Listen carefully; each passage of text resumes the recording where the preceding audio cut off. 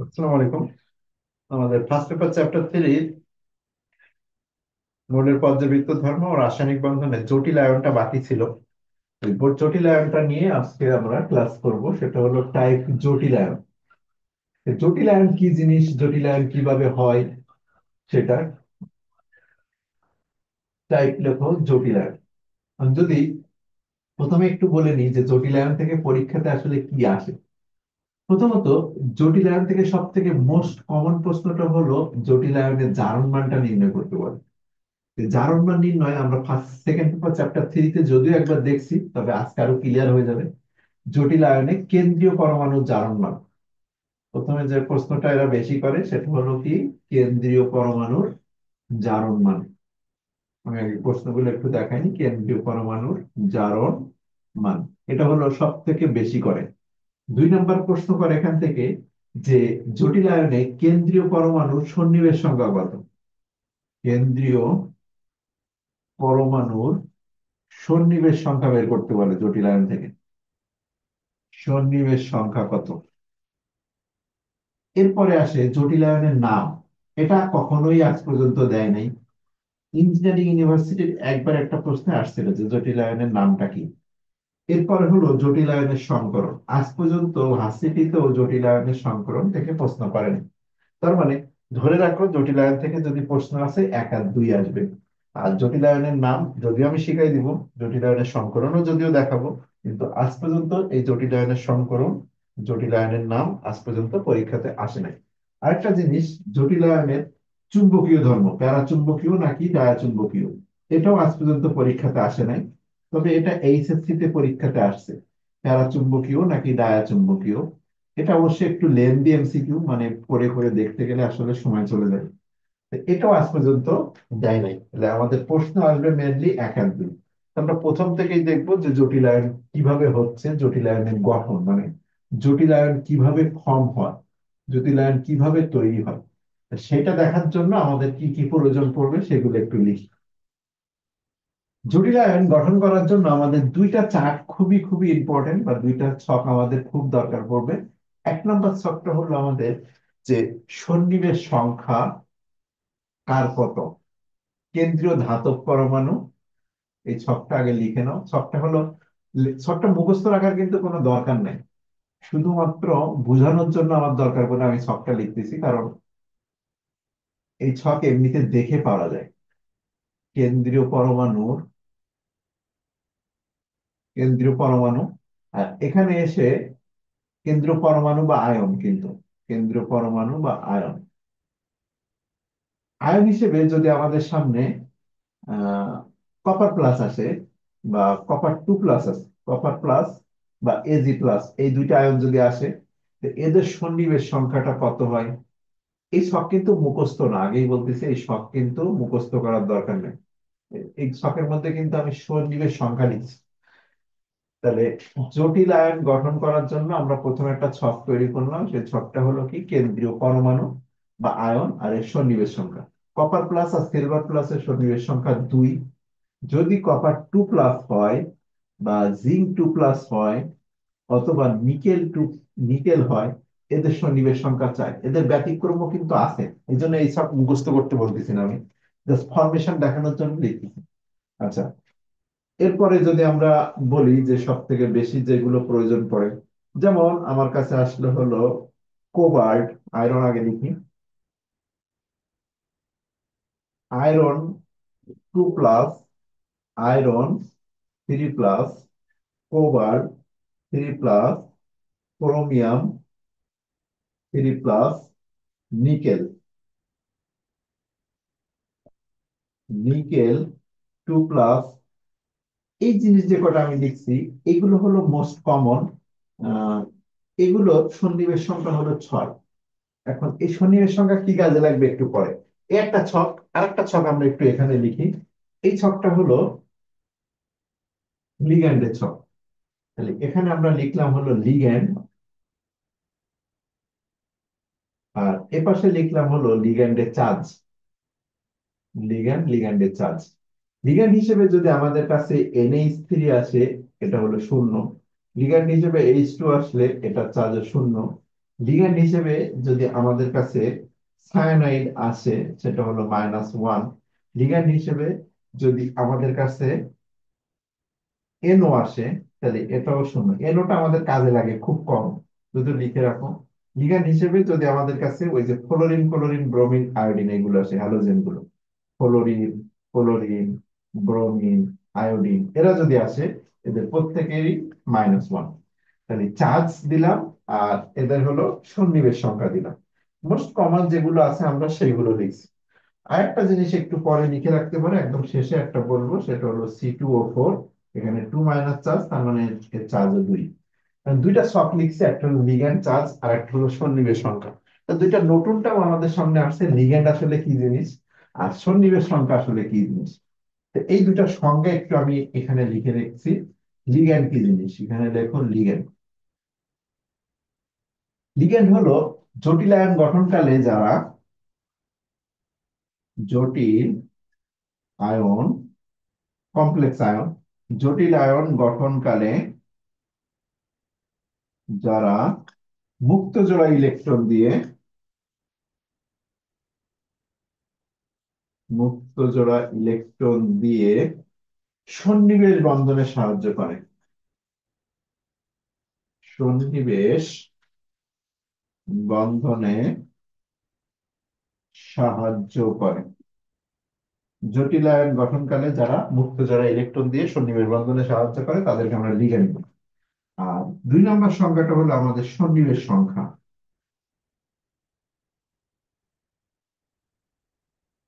কেন্দ্রীয় ধাতব আয়নের সাথে যে কয়টি লিগ্যান্ড যুক্ত হয়, কেন্দ্রীয় ধাতব আয়নের সাথে যে কয়টি লিগ্যান্ড যুক্ত হয়, যে কয়টি লিগ্যান্ড যুক্ত হয়, লিগ্যান্ড যুক্ত হয়, সেটাকে বলতেছি আমরা হলো সন্নিবেশ সংখ্যা। এখন আমি যতই এই কিতাবি ভাষায় কথা বলি যে জটিল আয়ন গঠনকালে যারা মুক্ত জোড়া ইলেকট্রন দিয়ে সন্নিবেশ বন্ধনে সাহায্য করে, এটা কারো মাথার মধ্যে ঢুকবে না। বা সন্নিবেশ সংখ্যা কি, কেন্দ্রীয় ধাতব আয়নের সাথে যে কয়টা লিগ্যান্ড যুক্ত হয় সেটাকে বলতেছি আমরা সন্নিবেশ সংখ্যা। আর এটা এই কিতাবি ভাষা, বইয়ের ভাষা বললে কারো মাথায় ঢুকবে না। সহজ ভাষায় এই সন্নিবেশ সংখ্যাকে লিখে রাখো বউ, মানে বউ সংখ্যা।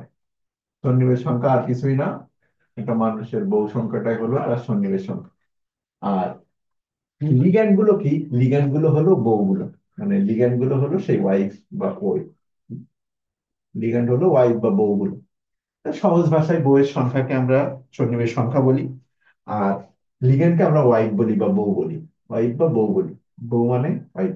এখন কথা হলো, যে কোনো একটা ধাতুকে যদি আমি এখন চয়েস করি, ধরো আমি এখন কপারকে চয়েস করলাম এখান থেকে, তো কপার বলে দিচ্ছে যে আমার সন্নিবেশ সংখ্যা 4, মানে ও বলে দিচ্ছে যে আমার বউ সংখ্যা 4, নিজেই বলে দিচ্ছে। তো যদি আমরা এখান থেকে কপারকে নিই, তাহলে কপার কয়টা বউ নিতে পারবে? 4টা। ও নিজেই ঘোষণা দিয়ে রাখছে আগে থেকে যে আমার সাথে 4টা বউ দিতে পারবো। এখান থেকে আমরা যে কোনো একটা বউকে চয়েস করি। NH3 কে চয়েস করলাম যে কপার তোমার সাথে NH3 কে বিয়ে দিই। NH3 সে কয়টা নিবে সে কিন্তু আগে থেকে বলে দিচ্ছে যে আমাকে 4টা বউ দিবে। আর কপার কত চার্জ নিয়ে শুরু করছিলাম এটা এখানে লিখে রাখলাম যে কপার +2 নিয়ে শুরু করছে। তাহলে এই যে কেন্দ্রীয় ধাতব পরমাণু তার কয়টা বউ নিবে সে যেহেতু বলে দিচ্ছে আগে থেকে 4টা, তাহলে এখানে আমরা 4 দিয়ে দিলাম। দেখো, আমরা কপার নিছি, এই কপার কয়টা বউ নিবে? 4টা। বউ সংখ্যা 4 মানে 4টা বউ নিছে। এখন মানুষ বিয়ে করলে বিয়ের দিন কি করে? বাসর রাত হয়। তাহলে সেই হিসেবে লিগ্যান্ড যেই নিয়ে নিছে, বউ যেই নিয়ে নিছে, একে একটা বাসর ঘর দিয়ে ক্লোজ করতে হবে। এই বাসর ঘর মানে এখানে থার্ড ব্র্যাকেট, এটা আর কিছু না। এটা একটা জটিল। সিম্পলি কেন্দ্রীয় ধাতব পরমাণু বউ সংখ্যা নেওয়ার পরপরই সেটাকে একটা থার্ড ব্র্যাকেট দিয়ে যদি ক্লোজ করে দিই, তবে সেটা একটা জটিল। এখন এই জটিল আয়নের চার্জটা বের করবো কি করে? আমরা শুরু করছিলাম হলো কপার প্লাস দিয়ে, কপার প্লাস শুরু হয়েছে। NH3 এর চার্জটা কত? 0। তাহলে 0 × 4। তাহলে আলটিমেটলি কত থাকে দেখো, এখানে চার্জ +2 থাকে। তার মানে এটা একটা জটিল আয়ন যার চার্জ হলো +2। আমি আরো এরকম ফরমেশন দেখাই যে কিভাবে হচ্ছে। ধরো এখন আমরা এই Fe3+ কে চয়েস করলাম, যে কে বিয়ে দিই। Fe3+ কে নিয়ে আসলাম এখানে। Fe3+ বলে দিচ্ছে ঠিক আছে আমাকে বিয়ে দিবার, ভালো কথা। তো আমার বউ কয়টা লাগবে? 6টা লাগবে। এই যে বউ সংখ্যা কয়টা? 6টা। তাহলে 6টা বউ যেহেতু ওর লাগবে, এখান থেকে যে কোনো একটাকে তুমি চয়েস করতে পারো। তা এখানে সায়ানাইড কে চয়েস করলাম যে এই সায়ানাইডের সাথে মিল।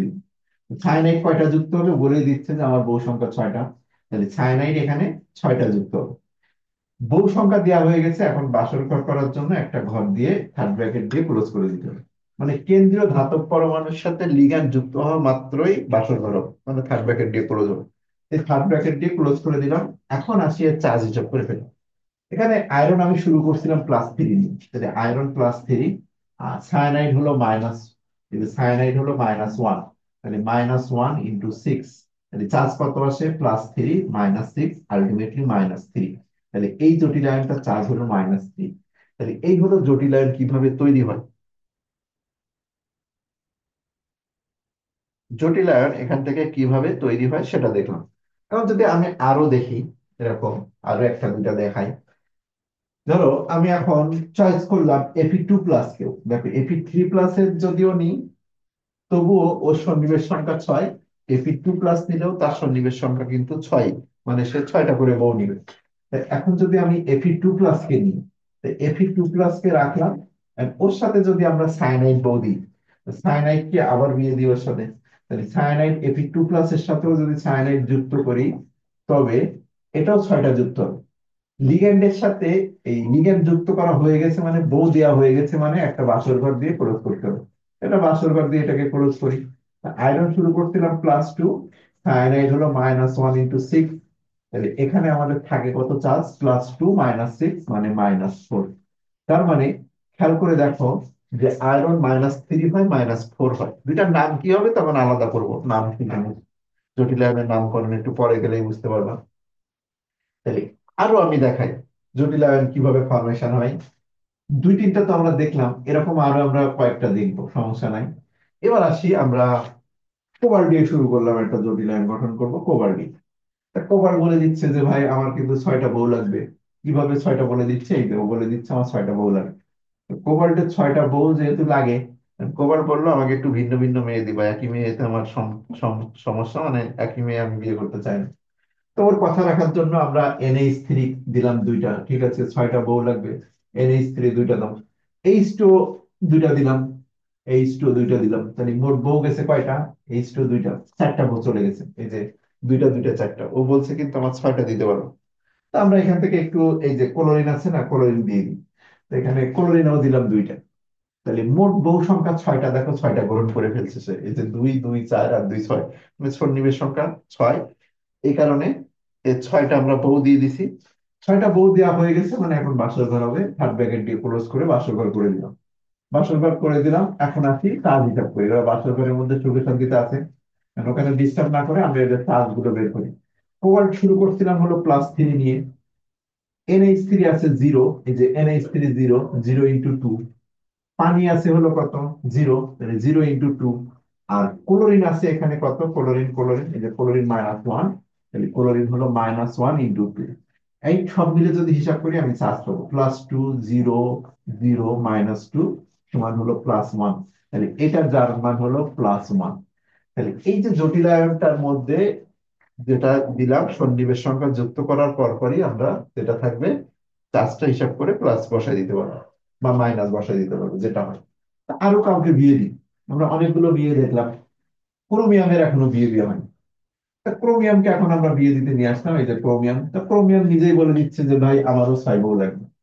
তা ক্রোমিয়ামের 6 বউ লাগবে যখন, আমরা এখান থেকে দেখি, ধরো আমি ক্রোমিয়ামের সাথে বিয়ে দেওয়ার জন্য পানির অণুকে দিলাম।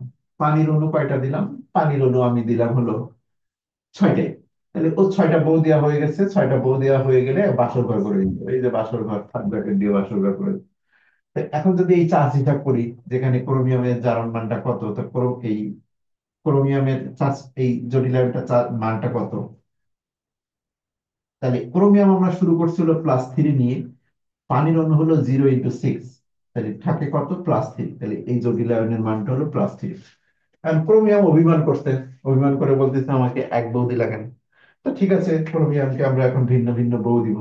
ক্রোমিয়ামের কথা রাখার জন্য আমরা এখন ক্রোমিয়ামকে ভিন্ন ভিন্ন বউ দেওয়ার চেষ্টা করবো। ক্রোমিয়ামে যেহেতু এত এত হলো কুরকুরানি, সে এক বউতে সন্তুষ্ট না, তাহলে বললাম কি একটা জাদ্রেল বউ নিয়ে আসি। তো জাদ্রেল বউ হিসেবে আমরা C2O4 কে দিলাম। C2O4 কে দিলাম। C2O4 বলে দিচ্ছে যে আমার চার্জ কিন্তু -2, ডাইদন্তি মানে চার্জ -2 মানে কি, এই চার্জ -2 মানে এই একাই দুইটা কাজ করে। এখন ক্রোমিয়াম C2O4 কে যদি পছন্দ করে, তবে এই C2O4 এসে বলতেছে ঠিক আছে আমাকে পছন্দ করলে ভালো, আমি বিয়েতে রাজি, তবে আমার চার্জটা দেখছো তো -2, তার মানে আমি কিন্তু একাই দুই বইয়ের কাজ করি। আর ক্রোমিয়ামের যেহেতু 6 সন্নিবেশ সংখ্যা, এ যদি C2O4 কে বিবাহ করে, তবে এই C2O4 বলতেছে আমি একাই দুই বইয়ের কাজ করি, তোমার যে 6টা বিয়ে করার সক্ষমতা আছে, আমাকে যদি বিয়ে করো তুমি 3টা নিতে পারবে। এই C2O4 তিনটা যুক্ত হবে, তিনটা যুক্ত হলেই কিন্তু ক্রোমিয়ামের সন্নিবেশ সংখ্যা 6 ফিল আপ হয়ে গেছে। কি বললাম, যে একাই দুই বইয়ের কাজ করে, যাদের চার্জ গুলো 2 তারা একাই দুই বইয়ের কাজ করে, আর যাদের চার্জ 0 তারা একা এক বউ, যাদের চার্জ -1 তারা একা এক বইয়ের কাজ করে। ক্রোমিয়ামের সাথে C2O4 যুক্ত করলে তিনটা যুক্ত হচ্ছে। এর কারণ কি, যাদের সন্নিবেশ সংখ্যা 2 মানে এই যা চার্জ 2, এরা একাই দুই বইয়ের কাজ করে। তাহলে ক্রোমিয়ামের সন্নিবেশ সংখ্যা 6 মানে C2O4 কে বিয়ে করলে ও মাত্র 3টা নিতে পারবে। C2O4 3টা নেওয়া মাত্রই ওকে এখন বাসর ঘর করে দিতে হবে। এখন এইটা দেখে কিন্তু আমাদের বুঝতে হবে যে C2O4 হওয়ার কারণে 3 হয়ে গেছে, কারণ কি, ওর একটাতে দুইটার কাজ করে। যেহেতু একটা দুইটার কাজ করে, এই জন্য 6টার জন্য 3টা নিলে 6টার বউয়ের কাজ হয়ে যাবে। এক বউ দুইয়ের কাজ করে, তাহলে 3টার যদি নিই তাহলে 6 বউয়ের কাজ শেষ। বউয়ের বিয়ে দেওয়া শেষ, এখন এটাকে ক্লোজ করতে হবে।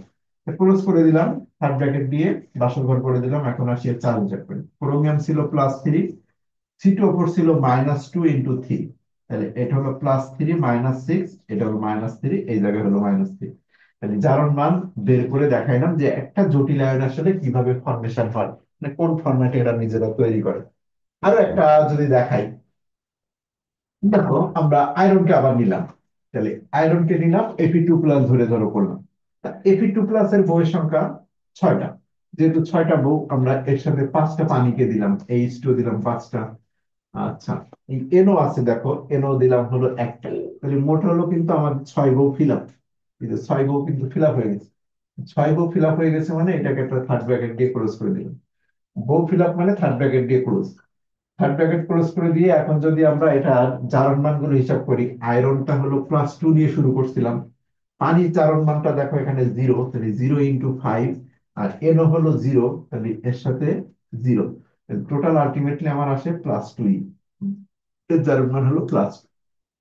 একটা জটিল আয়ন কিভাবে ফরমেশন হয় সেটা দেখো। আরো যদি দেখাই, আমরা নিকেল একটাও দেখাই নাই, নিকেল দিয়ে যদি দেখাই, নিকেলের সাথে এখান থেকে যে কাউকে দেওয়া যাবে, এই ঘরের মধ্যে যে কাউকে নেওয়া যেতে পারে। NH3 যদি আমরা নিকেলের সাথে দিই, NH3 দিলাম ধরো 3টা। আচ্ছা, H2 ধরো দিলাম আমি 2টা। তাহলে মোট গেছে আমার কয়টা, মোট গেছে কিন্তু 5টা। মোট 6টা যুক্ত হবে। এই ঘরের মধ্যে 6 দেওয়া মানে বোঝাচ্ছে কি কয়টা যুক্ত হবে, 6টা। আরেকটা এখান থেকে যে কোনো একটা যদি নেওয়া হয়, ফ্লোরিন হোক, ক্লোরিন হোক, ব্রোমিন হোক, ক্লোরিন দিয়ে দাও। এই যে 6টা ফিল আপ, 6টা ফিল আপ মানে এটাকে এখন থার্ড ব্র্যাকেট দিয়ে ক্লোজ করে দিতে হবে। এই শেষ। এখন এটা চার্জ যদি হিসাব করি, নিকেল শুরু করছিলাম +2 নিয়ে, +2, NH ছিল 0, 0 × 3, H2 0, 0, 0 × 2, আর ক্লোরিন হলো -1। সব হিসাব করলে কত আসে, +2, 0, 0, -1, তাহলে +1।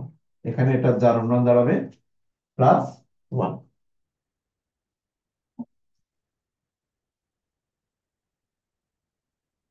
ঠিক আছে, তা এখানে নিয়মটা জাস্ট সিম্পল একটা নিয়ম, যে একটা কেন্দ্রীয় ধাতব পরমাণু তার সাথে লিগ্যান্ড গুলো যুক্ত হয়ে কোথায় বসে, থার্ড ব্র্যাকেটের ভেতরে বসে। লিগ্যান্ড গুলো জাস্ট থার্ড ব্র্যাকেটের ভেতরে বসে। তাহলে যদি বলা হয় বউ গুলো কোথায় থাকে, জটিল আয়নের বউ থাকে থার্ড ব্র্যাকেটের মধ্যে। ঠিক আছে, তো এখন জটিল আয়ন কয়টা বউ হবে, কয়টা বউ আছে সেটা দেখে দেখে বলতে হবে। এটা দেখে দেখে বলা যায়, যেমন নিকেলের যদি জিজ্ঞাসা করা হয় যে এই যৌগের নিকেলের সন্নিবেশ সংখ্যা কত, এখানে নিকেল তো দেখেই বোঝা যাচ্ছে যে নিকেল NH3 3টা বিয়ে করছে, 2টা H2 কে বিয়ে করছে, একটা ক্লোরিন কে বিয়ে করছে। তাহলে মোট বউ সংখ্যা কয়টা, 6টা। তাহলে এখানে নিকেলের সন্নিবেশ সংখ্যা হলো 6। নিকেলের সাথে বউগুলো দেওয়ার পরে একটা থার্ড ব্র্যাকেট দিয়ে দুই পাশে ক্লোজ করে দিলাম বাসর ঘর। তারপরে চার্জটা হিসাব করে বসালাম। এটা এখন এই যে জটিল আয়নটাকে জটিল যৌগে পরিণত করে দেওয়া যায়, তো আমরা এখন কিছু জটিল যৌগে পরিণত করে দেখি। আমরা অনেকগুলো আয়ন তৈরি করছিলাম, প্রথম থেকে যদি একটা একটা করে লিখি, যেমন আমরা আয়ন তৈরি করছিলাম হলো CuNH3 4। এটা বিয়ে, কপার কপার কয়টা বিয়ে করে? কপার চারটা বিয়ে করে। এই যে চারটা বিয়ে করার পরে একটা থার্ড ব্র্যাকেট দিয়েছিলাম, থার্ড ব্র্যাকেট দিয়ে ক্লোজ করে এখানে চার্জ দিয়েছিলাম হলো +2 বা 2+। এখানে তুমি 2+ লিখতে পারো, আর যদি কেউ মনে করেন আমি +2 লিখবো তবুও সঠিক, দুইটাই কিন্তু ভুল নাই। আচ্ছা, FeCN6 হয়েছিল আমাদের। FeCN6, এফি, এই যে এফি, এর সন্নিবেশ সংখ্যা 6, তার মানে এ 6টা বিয়ে করবে, বিয়ে করার পরে থার্ড ব্র্যাকেট দিয়ে ক্লোজ করে দিয়েছিলাম। চার্জ হিসাব করে দেখছিলাম এফি যদি +2 নেই, তাহলে সায়ানাইড হলো -1 × 6, তার মানে এখানে -6 থাকে হলো -4, তাহলে এখানে হলো -4 হয়। আবার FeCN6 আরো একটা হয়, FeCN6, এপি কে যদি আমরা 3+ হিসেবে নিই, তাহলে সেক্ষেত্রে এও 6টা বিয়ে করে, FeCN6। আর এখানে থার্ড ব্র্যাকেট দিয়ে ক্লোজ করে দিলে আয়রন শুরু করছিলাম +3 -6, তাহলে এই জায়গাটা হলো -3। তাহলে মোট আমাদের তিনটা, আরো যদি লিখছিলাম এরকম কোবাল্ট দিয়ে লেখাই, কোবাল্টের সাথে আমরা ভিন্ন ভিন্ন লিগ্যান্ড যুক্ত করছিলাম, NH3 দুইটা, H2O দুইটা, Cl দুইটা। তাহলে মোট আমাদের কোবাল্টের সন্নিবেশ সংখ্যা 6, মানে 6টা বউ যুক্ত হবে। যে দুইটা দুইটা চারটা, দুইটা 6টা যুক্ত শেষ, থার্ড ব্র্যাকেট বউ যুক্ত হওয়া মাত্রই, শেষ হয়ে যাওয়া মাত্রই থার্ড ব্র্যাকেট দিয়ে দিতে হবে। বিয়ে হয়েছে, বাসর ঘরের মধ্যে ঢুকে দেবে। তাহলে কোবাল্ট হলো এখানে +3, NH3 হলো 0 × 2, সরি এখানে একটা 2 হবে কিন্তু, পাঁচটা, দুইটা দুইটা চারটা, দুইটা 6টা, তাহলে 3 0 × 2, 0 × 2, আর ক্লোরিন হলো -1 × 2, তাহলে আলটিমেটলি এখানে থাকে শুধু +1। তো এগুলো হলো আমাদের জটিল আয়ন। এই জটিল আয়নগুলোকে যদি জটিল যৌগে পরিণত করি আমরা, তো জটিল যৌগে আসলে কিভাবে পরিণত করব? দেখো, জটিল যৌগে পরিণত করার জন্য আমরা যদি এই ছক অঙ্কন আমাদের কোনো দরকার নেই, এই ছক কিন্তু মুখস্থ রাখারও প্রয়োজন নেই। এখানে জটিল যৌগ তৈরি করব। ধরো তোমাকে আমি যদি বলি যে ক্যালসিয়ামের সাথে ক্লোরিন, ক্যালসিয়াম 2+ এর সাথে তুমি ক্লোরিনের যৌগ গঠন করতে বলবা। তা আমরা যখন ক্লাস 9-এ পড়ি তখন আমাদের শিখাইছিল এরকম, যে ক্যালসিয়ামের যোজনীটাকে ওর গায়ে দিতে, ক্যালসিয়ামের যোজনী 2 এর গায়ে দিলাম, আর ক্লোরিনের যোজনী 1 এর গায়ে আসে, এক তো দেয়া লাগে না। তো এটা যদি একটা জটিল এই আয়নিক যৌগ ফরমেশন হয়, তো এরা তো পজিটিভ নেগেটিভ আয়ন, এরা কেন আয়নিক যৌগ ফরমেশন করতে পারবে না? এরাও আয়নিক যৌগ ফরমেশন করতে পারে। তো এই জটিল আয়নটা চার্জ যেহেতু +2, এটা যদি +2 হয়, তো এর পেছনে যদি আমি ক্লোরিন লিখি, তো এই ঠিক এই ফর্মেশনে তৈরি হবে। এই কপার কি করবে, ওর যোজনীটাকে ক্লোরিনকে দিবে, আর ক্লোরিন তার এক যোজনী এর কাছে পাঠিয়ে দিবে। তার মানে এর পেছনে ক্লোরিন বসাই দিলে তোমার যে জটিল যৌগটা তৈরি হবে সেটা হবে CuNH3। এটা হলো আমাদের সেই জটিল আয়নটা। এর পেছনে যদি ক্লোরিন বসাই, তখন ক্লোরিন কি হবে, এর যোজনী যে 2, এর 2টা এখানে চলে যাবে, আর ওর 1 এখানে আসবে। এটা কিন্তু এখন একটা জটিল যৌগ। এখন এটা একটা নেগেটিভ আয়ন, এটা একটা নেগেটিভ আয়ন। নেগেটিভ আয়ন কিভাবে হয়? ধরো নেগেটিভ আয়নের পেছনে এই যে সালফেট আছে, সালফেট একটা নেগেটিভ যৌগমূলক। এর পাশে যদি আমরা সোডিয়ামকে বসাই দিই, তাহলে যৌগটা কি হবে, ও 2 এর কাছে চলে আসবে, যেমন হবে কি Na2 আর SO4, এই এটা যৌগ। ও 2টা কোথায় চলে আসে, এখানে। আর সোডিয়ামের +1, একটা কোথায় যায়, ওইখানে যায়। এক তো দেয়া লাগে না, এক দেয়া লাগে না বলে এক কিন্তু আমরা দেই না। ঠিক আছে, এক দেই না, তাহলে ও 2 কোথায় চলে আসে, এখানে চলে আসে। এটা হলো Na2SO4। এই যৌগের অনুযায়ী যদি আমরা এটার যৌগের গঠনটা একটু দেখাই, এখানে ধরো FeCl6 আছে, FeCl6 আছে, আর FeCl6 এখানে একটা 4-, এর আগে যদি আমি একে বসাই, পটাশিয়ামকে যদি বসাই ধরো, তা এই যে এই পটাশিয়ামের চার্জ হলো 1, এর একটা এখানে যাবে, আর ওই 4টা কোথায় চলে আসবে, এখানে চলে আসবে। এটা হলো জটিল যৌগ K4FeCl6। তোমরা ফার্স্ট পেপার চ্যাপ্টার 2-তে আয়ন শনাক্তকরণে এটা অনেকবার দেখে থাকার কথা, K4FeCl6। তা K4FeCl6 কিভাবে গঠন হয়েছে, ও 4টা সামনে চলে আসছে। ওকে, এবার যদি এটা দিয়ে আমরা যৌগ গঠন করি এই পটাশিয়ামের সাথে, তাহলে দেখো এটাও হয় FeCl6। এখানে আছে হলো আমাদের কত মাইনাস, 3 মাইনাস আছে। তাহলে 3 এর আগে যদি আমরা একটা পটাশিয়াম বসাই দিই, তাহলে এই 3টা কোথায় আসবে, সামনে চলে আসবে। তাহলে হবে কত, K3FeCl6। আর যদি বলো এটা যৌগ গঠন কি হবে, এটা চার্জ হলো +1। এটা +1 হওয়ার কারণে এর পেছনে তুমি নেগেটিভ জিনিস বসাই দিতে পারো। ধরো এর পেছনে আমরা সালফেটকে বসালাম, তাহলে স্কোবার NH3 কত? NH3 হলো 2, আর H2 হলো 2, আর Cl2 হলো 2। Cl2 2, এটা ব্র্যাকেট লাগবে না, আগের গুলো ব্র্যাকেট দিলে হয়েছে Cl2। এটা এর পেছনে আমরা সালফেটকে বসাইলাম। এর প্লাস, এর +1 সালফেটের কাছে গেল, আর সালফেটের চার্জ কত? 2, তো সালফেটের 2 এখানে আসে। এটা হলো জটিল যৌগ। জটিল যৌগ ফরমেশন করাটা কিন্তু কোনো বিষয় না, জাস্ট কিভাবে হচ্ছে সেটা দেখলাম। তো জটিল আয়ন কিভাবে তৈরি হয়? এর কেন্দ্রীয় ধাতব পরমাণু তার সাথে লিগ্যান্ড গুলো যুক্ত হওয়া মাত্রই একটা বাসর ঘর হয়। বাসর ঘরের মধ্যে থার্ড ব্র্যাকেটের মধ্যে সন্নিবেশ সংখ্যাটা থাকে। আর পরীক্ষাতে প্রশ্ন কিভাবে আসবে সেটা একটু পরে যাই। আমরা আরো একটা দুইটা যদি যৌগ তৈরি করে একটু দেখাই। তা যদি একটা যৌগ, আমরা এরকম অনেকগুলো দেখাইছি, তারপরে লাস্ট একটা আমি দেখাই না। ধরো আমি এখন কোবাল্ট দিয়ে একটা যৌগ দেখাতে যাচ্ছে। কোবাল্টের সন্নিবেশ সংখ্যা 6। কোবাল্ট 6টা বিয়ে করবে, যে কোনো বউকে সে চয়েস করতে পারে। তো তুমি এখানে যে কোনো বউকে কোবাল্টের সাথে দিতে পারবে। তোমার ইচ্ছা যদি হয় যে না আমি একটা NH3 দিব, একটা H2O দিব, কোনো সমস্যা নাই কিন্তু। একটা সায়ানাইড দিব, মানে কোবাল্ট বলতে চাইছে যে আমার ভাই, আমার 6টা বউ দরকার, তো 6টা ভিন্ন ভিন্ন বউ দিও, আমি ভিন্ন বউয়ের স্বাদ নিতে চাই। তো আমরা একটা দুইটা তিনটা দিলাম। তো চাইছে, যখন বললাম যে ও যখন মন চাইছে ভিন্ন ভিন্ন বউয়ের সাথে থাকা, তা দেই ওকে 6টা ভিন্ন ভিন্ন বই, একটা দুইটা তিনটা চারটা গেছে। আর কি বলে দিলাম যে তোমার আরো ঠিক আছে ক্লোরিন। আর ক্লোরিন দেখো 1 2 3 4 5। এখন ক্লোরিনকে পাওয়া মাত্র বললো কি ভাই এই বইটা তো অনেক মজা আছে, আমাকে এই দুইটা দাও। তাহলে একটা দুইটা তিনটা চারটা এগুলোকে একের বেশি ভালো লাগে না, তা ক্লোরিনকে তার দুইটা ভালো লাগে। এখন এইটাকে যদি আমরা থার্ড ব্র্যাকেট দিয়ে ক্লোজ করবো কিনা সেটা আগে দেখবো, কি যে ওর বউ সংখ্যা ফিল আপ হয়েছে কিনা।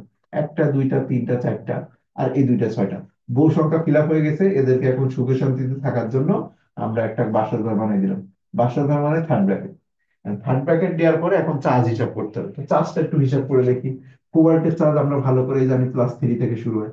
+3, NH3 0, H2 0, cyanide cyanide -1, cyanide হলো -1। আর এনোটা হলো 0, এই যে এনোটাও দেখো 0। আর ক্লোরিন হলো এখানে কত? ক্লোরিন হলো -1 × 2। তাহলে যদি আমরা চার্জ হিসাব করি, +3, 0, এটা 0, এটা 0, -1, -2, তাহলে -2 আর -3 আলটিমেটলি 0।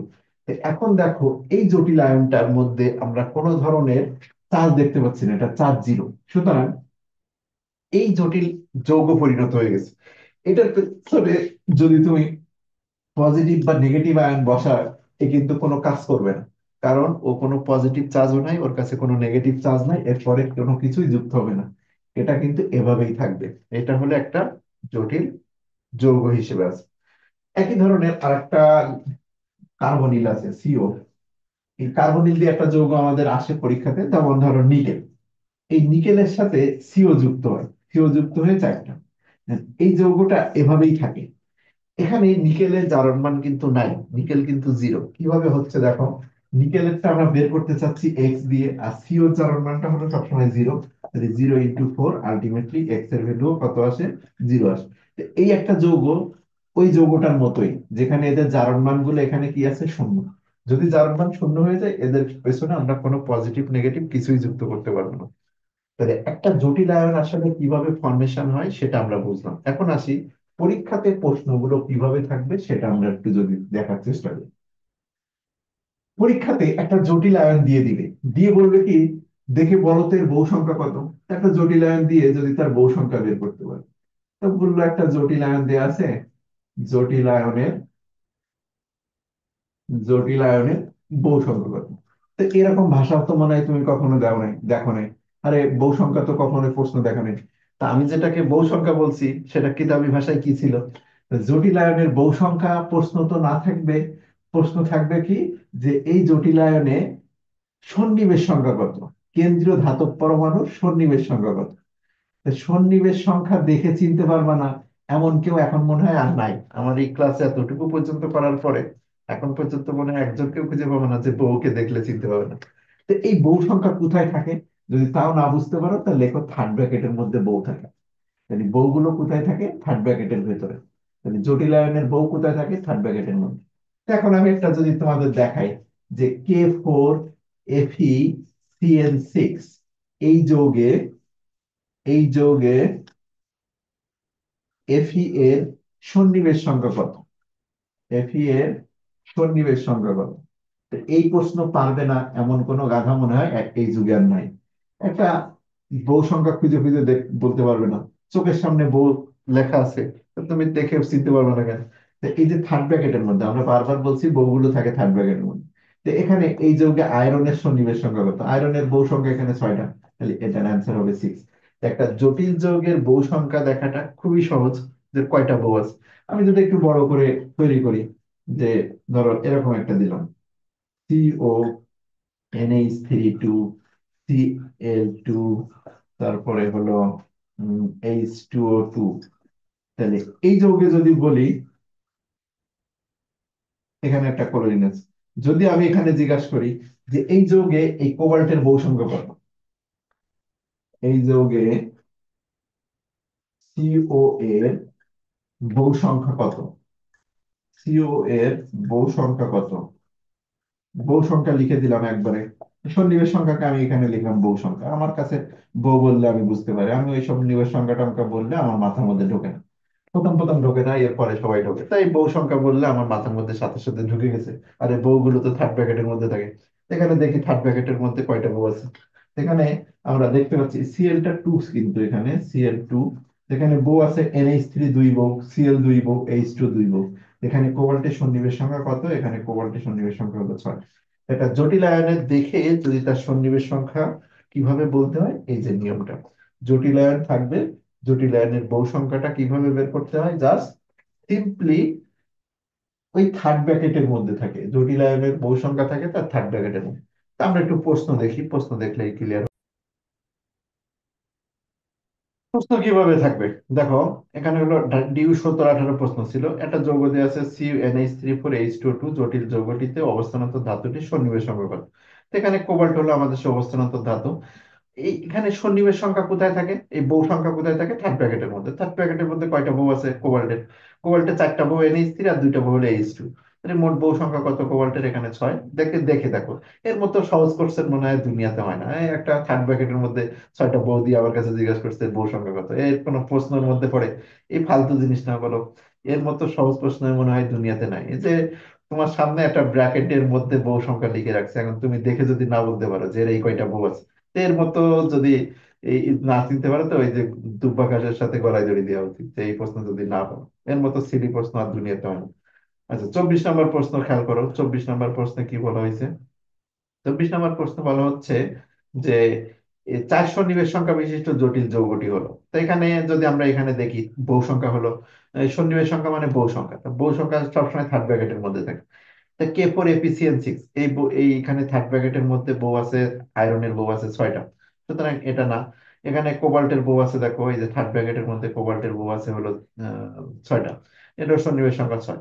এই জায়গাটায় দেখে আয়রনের বউ আছে হলো 6টা, তো এখানে এটারও সন্নিবেশ সংখ্যা হলো 6। এইটার মধ্যে খেয়াল করে দেখো যে এখানে NH3 বউ আছে, এই যে কপার, এখানে কপারের সন্নিবেশ সংখ্যা হলো 4, মানে 4টা বউ আছে থার্ড ব্র্যাকেটের মধ্যে। তো বউ সংখ্যা কোথায় থাকে? থার্ড ব্র্যাকেটের মধ্যে থাকে। তাহলে আমাদের অ্যান্সার হলো এই যে এটা। তো আশা করি বউ সংখ্যা বের করতে পারবে না এমন কেউ নাই, বউ সংখ্যা বের করতে পারবে না এমন কেউ নাই। তা জটিল আয়নের সন্নিবেশ সংখ্যা যদি দিয়ে দেয়, আসলে সেটা বের করা কোনো বিষয় না। এবার আসি, জটিল আয়নের জারণ মান বের করতে বলে। তো জটিল আয়নের জারণ মান বের করতে যদি তোমাকে বলে, জটিল আয়নের জারণ মান বের করাটা এখন সবাই পারবে। কিভাবে সবাই পারবে? এই যে এই ছকটা যদি তোমার মুখস্থ থাকে, এই ছকটা যদি তোমার মুখস্থ থাকে, সবগুলো আমি মুখস্থ করতে বলবো না, আমি এখান থেকে তোমার দাগ দিয়ে দিচ্ছি 4টা। এই এই কয়টা মুখস্থ রাখো, মুখস্থ রাখলেই তোমার কাজ হয়ে যাবে। এই NH3 চার্জ 0, এটা মুখস্থ রাখবা। H2O 0, সায়ানাইড 0, আর এই যে ফ্লোরিন থাকলে 0। তুমি যদি আর নাও পড়ো তোমার হয়ে যাবে এই 4টা, এই যে NH3 H2O সায়ানাইড আর হলো ফ্লোরিন ক্লোরিন ব্রোমিন আয়োডিন। এই 4টার বাইরে তোমার হলো লাগবে না।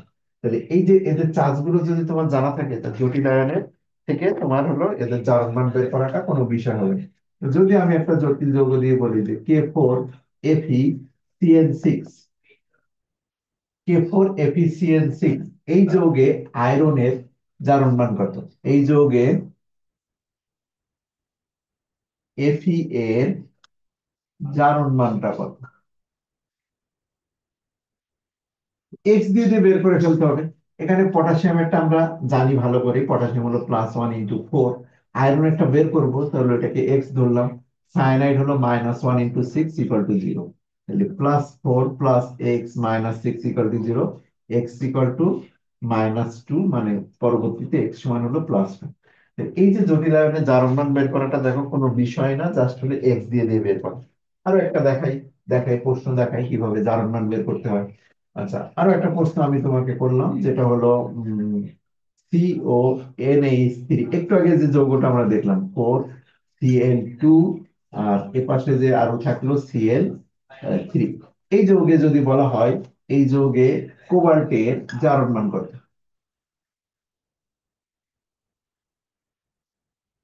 কোবাল্টের জারণ মান কত? এখানে কোবাল্টেরটা বের করবো, মানে এক্স। NH3টা দেখো 0, এটা 0 × 4।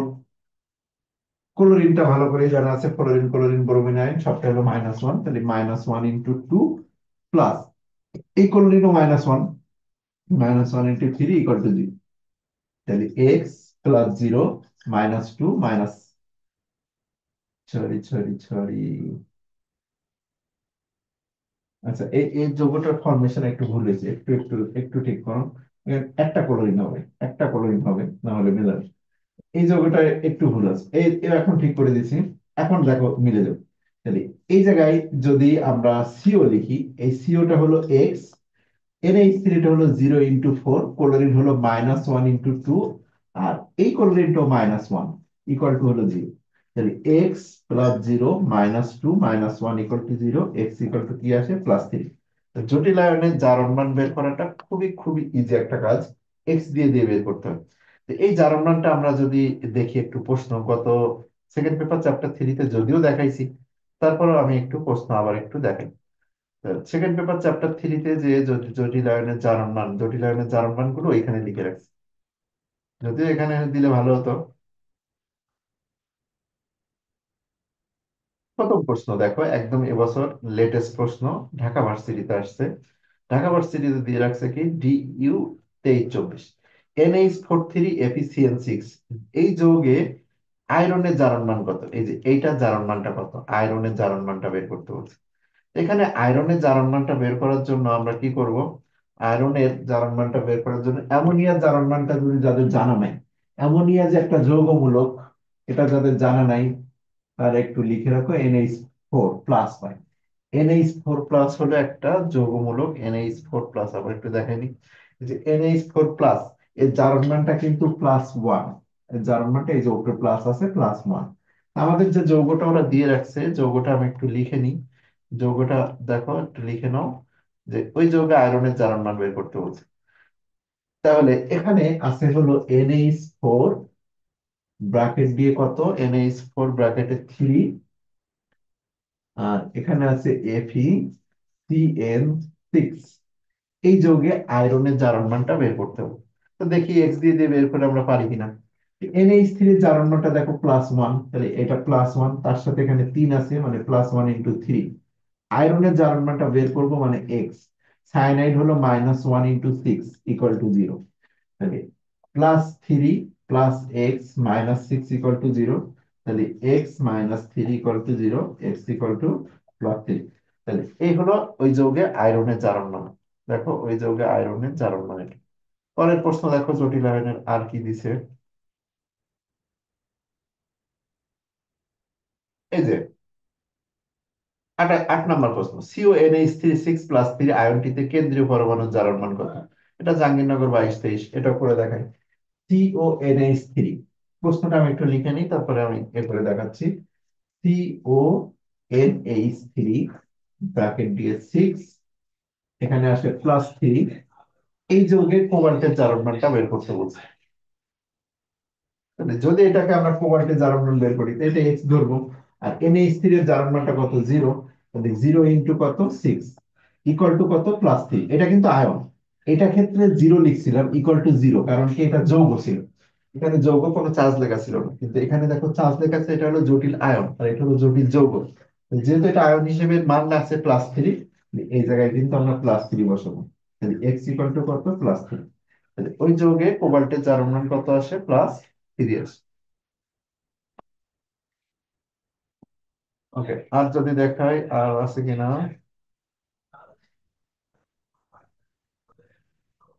ওকে, আরেকটা পাওয়া গেছে। 23 নম্বর এমসিকিউ।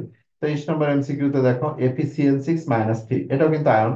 এই যৌগে আয়রনের জারণ সংখ্যা কত? তো আমরা যৌগটা একটু লিখে নিই। Fe6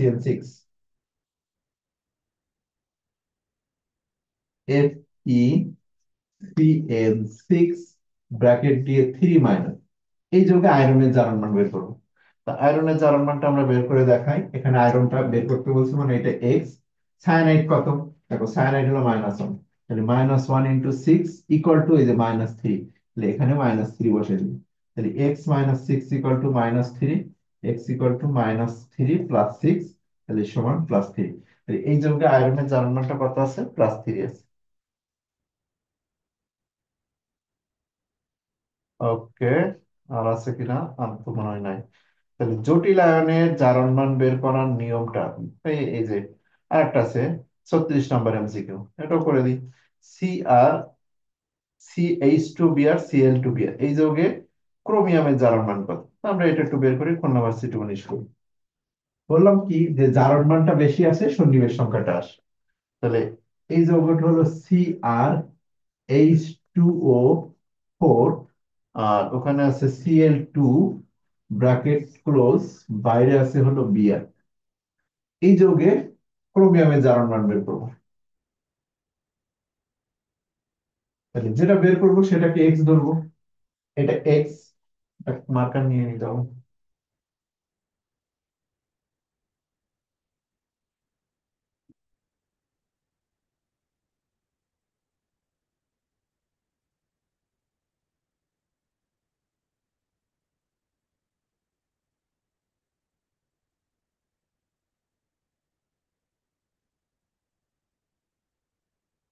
x. আর এইচ টু ওটা কত ধরবো? 0। এই যে এইচ টু হলো 0, তাহলে 0 × কত? 4। আর ক্লোরিন হলো কত? -1 × 2। আর এই ব্রোমিনের চার্জও কত দেখো? ব্রোমিনও -1, তাহলে এটাও -1 ইকুয়াল টু হলো 0। তাহলে x plus 0 -2 -1 equal to 0, x equal to +3। তোমাদের কোশ্চেন হতে পারে আরে ভাই সবগুলো তো +3 আসে। +3 ছাড়াও আসতে পারে, এমন না যে সবগুলো +3 আসবে। দেখো +3 ছাড়াও অন্য আমি একটা দেখাই যে +3 বাইরে আসে কিনা। এখানে ক্রোমিয়ামের জারণ মান কিন্তু +3। আচ্ছা, যদি এরকম আমি দিতাম, ধরো Na3K Fe এই যৌগে যদি বলতাম যে আয়রনের জারণ মানটা বের করো, এখানে দেখো আয়রনের জারণ মান বের করি। এই যে Na3 আছে, তাহলে সোডিয়াম আমরা ভালো করে জানি +1 × 3, পটাশিয়াম জানি +1, পটাশিয়াম কত? +1। আচ্ছা, আয়রনেরটা বের করবো, এটা হলো এক্স। না, সায়ানাইড হলো কি? -1 × 6 ইকুয়াল টু 0, তাহলে +3 +1 +x -6 ইকুয়াল টু 0। তাহলে এটা হলো 4, x equal to -2 equal to 0, x equal to plus. যে +2 যে ছাড়া যে হয় না, মানে -2 যে ছাড়া হয় না, এটা কিন্তু না। সবকিছু কিন্তু হয়। ঠিক আছে, সবকিছু কিন্তু হতে পারে।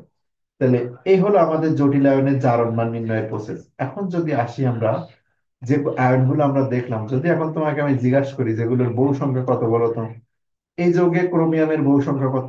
বহু সংখ্যা থার্ড ব্র্যাকেটের মধ্যে থাকে 4টা, 2টা, 6টা। এর সন্নিবেশ সংখ্যা ক্রোমিয়ামের সন্নিবেশ সংখ্যা এখানে 6। যদি জটিল আয়ন গুলো যেগুলো বের করে দেখাইছি, এগুলো সন্নিবেশ সংখ্যা তোমাকে জিজ্ঞাসা করলাম। বললাম কি যে বলতো এই যৌগে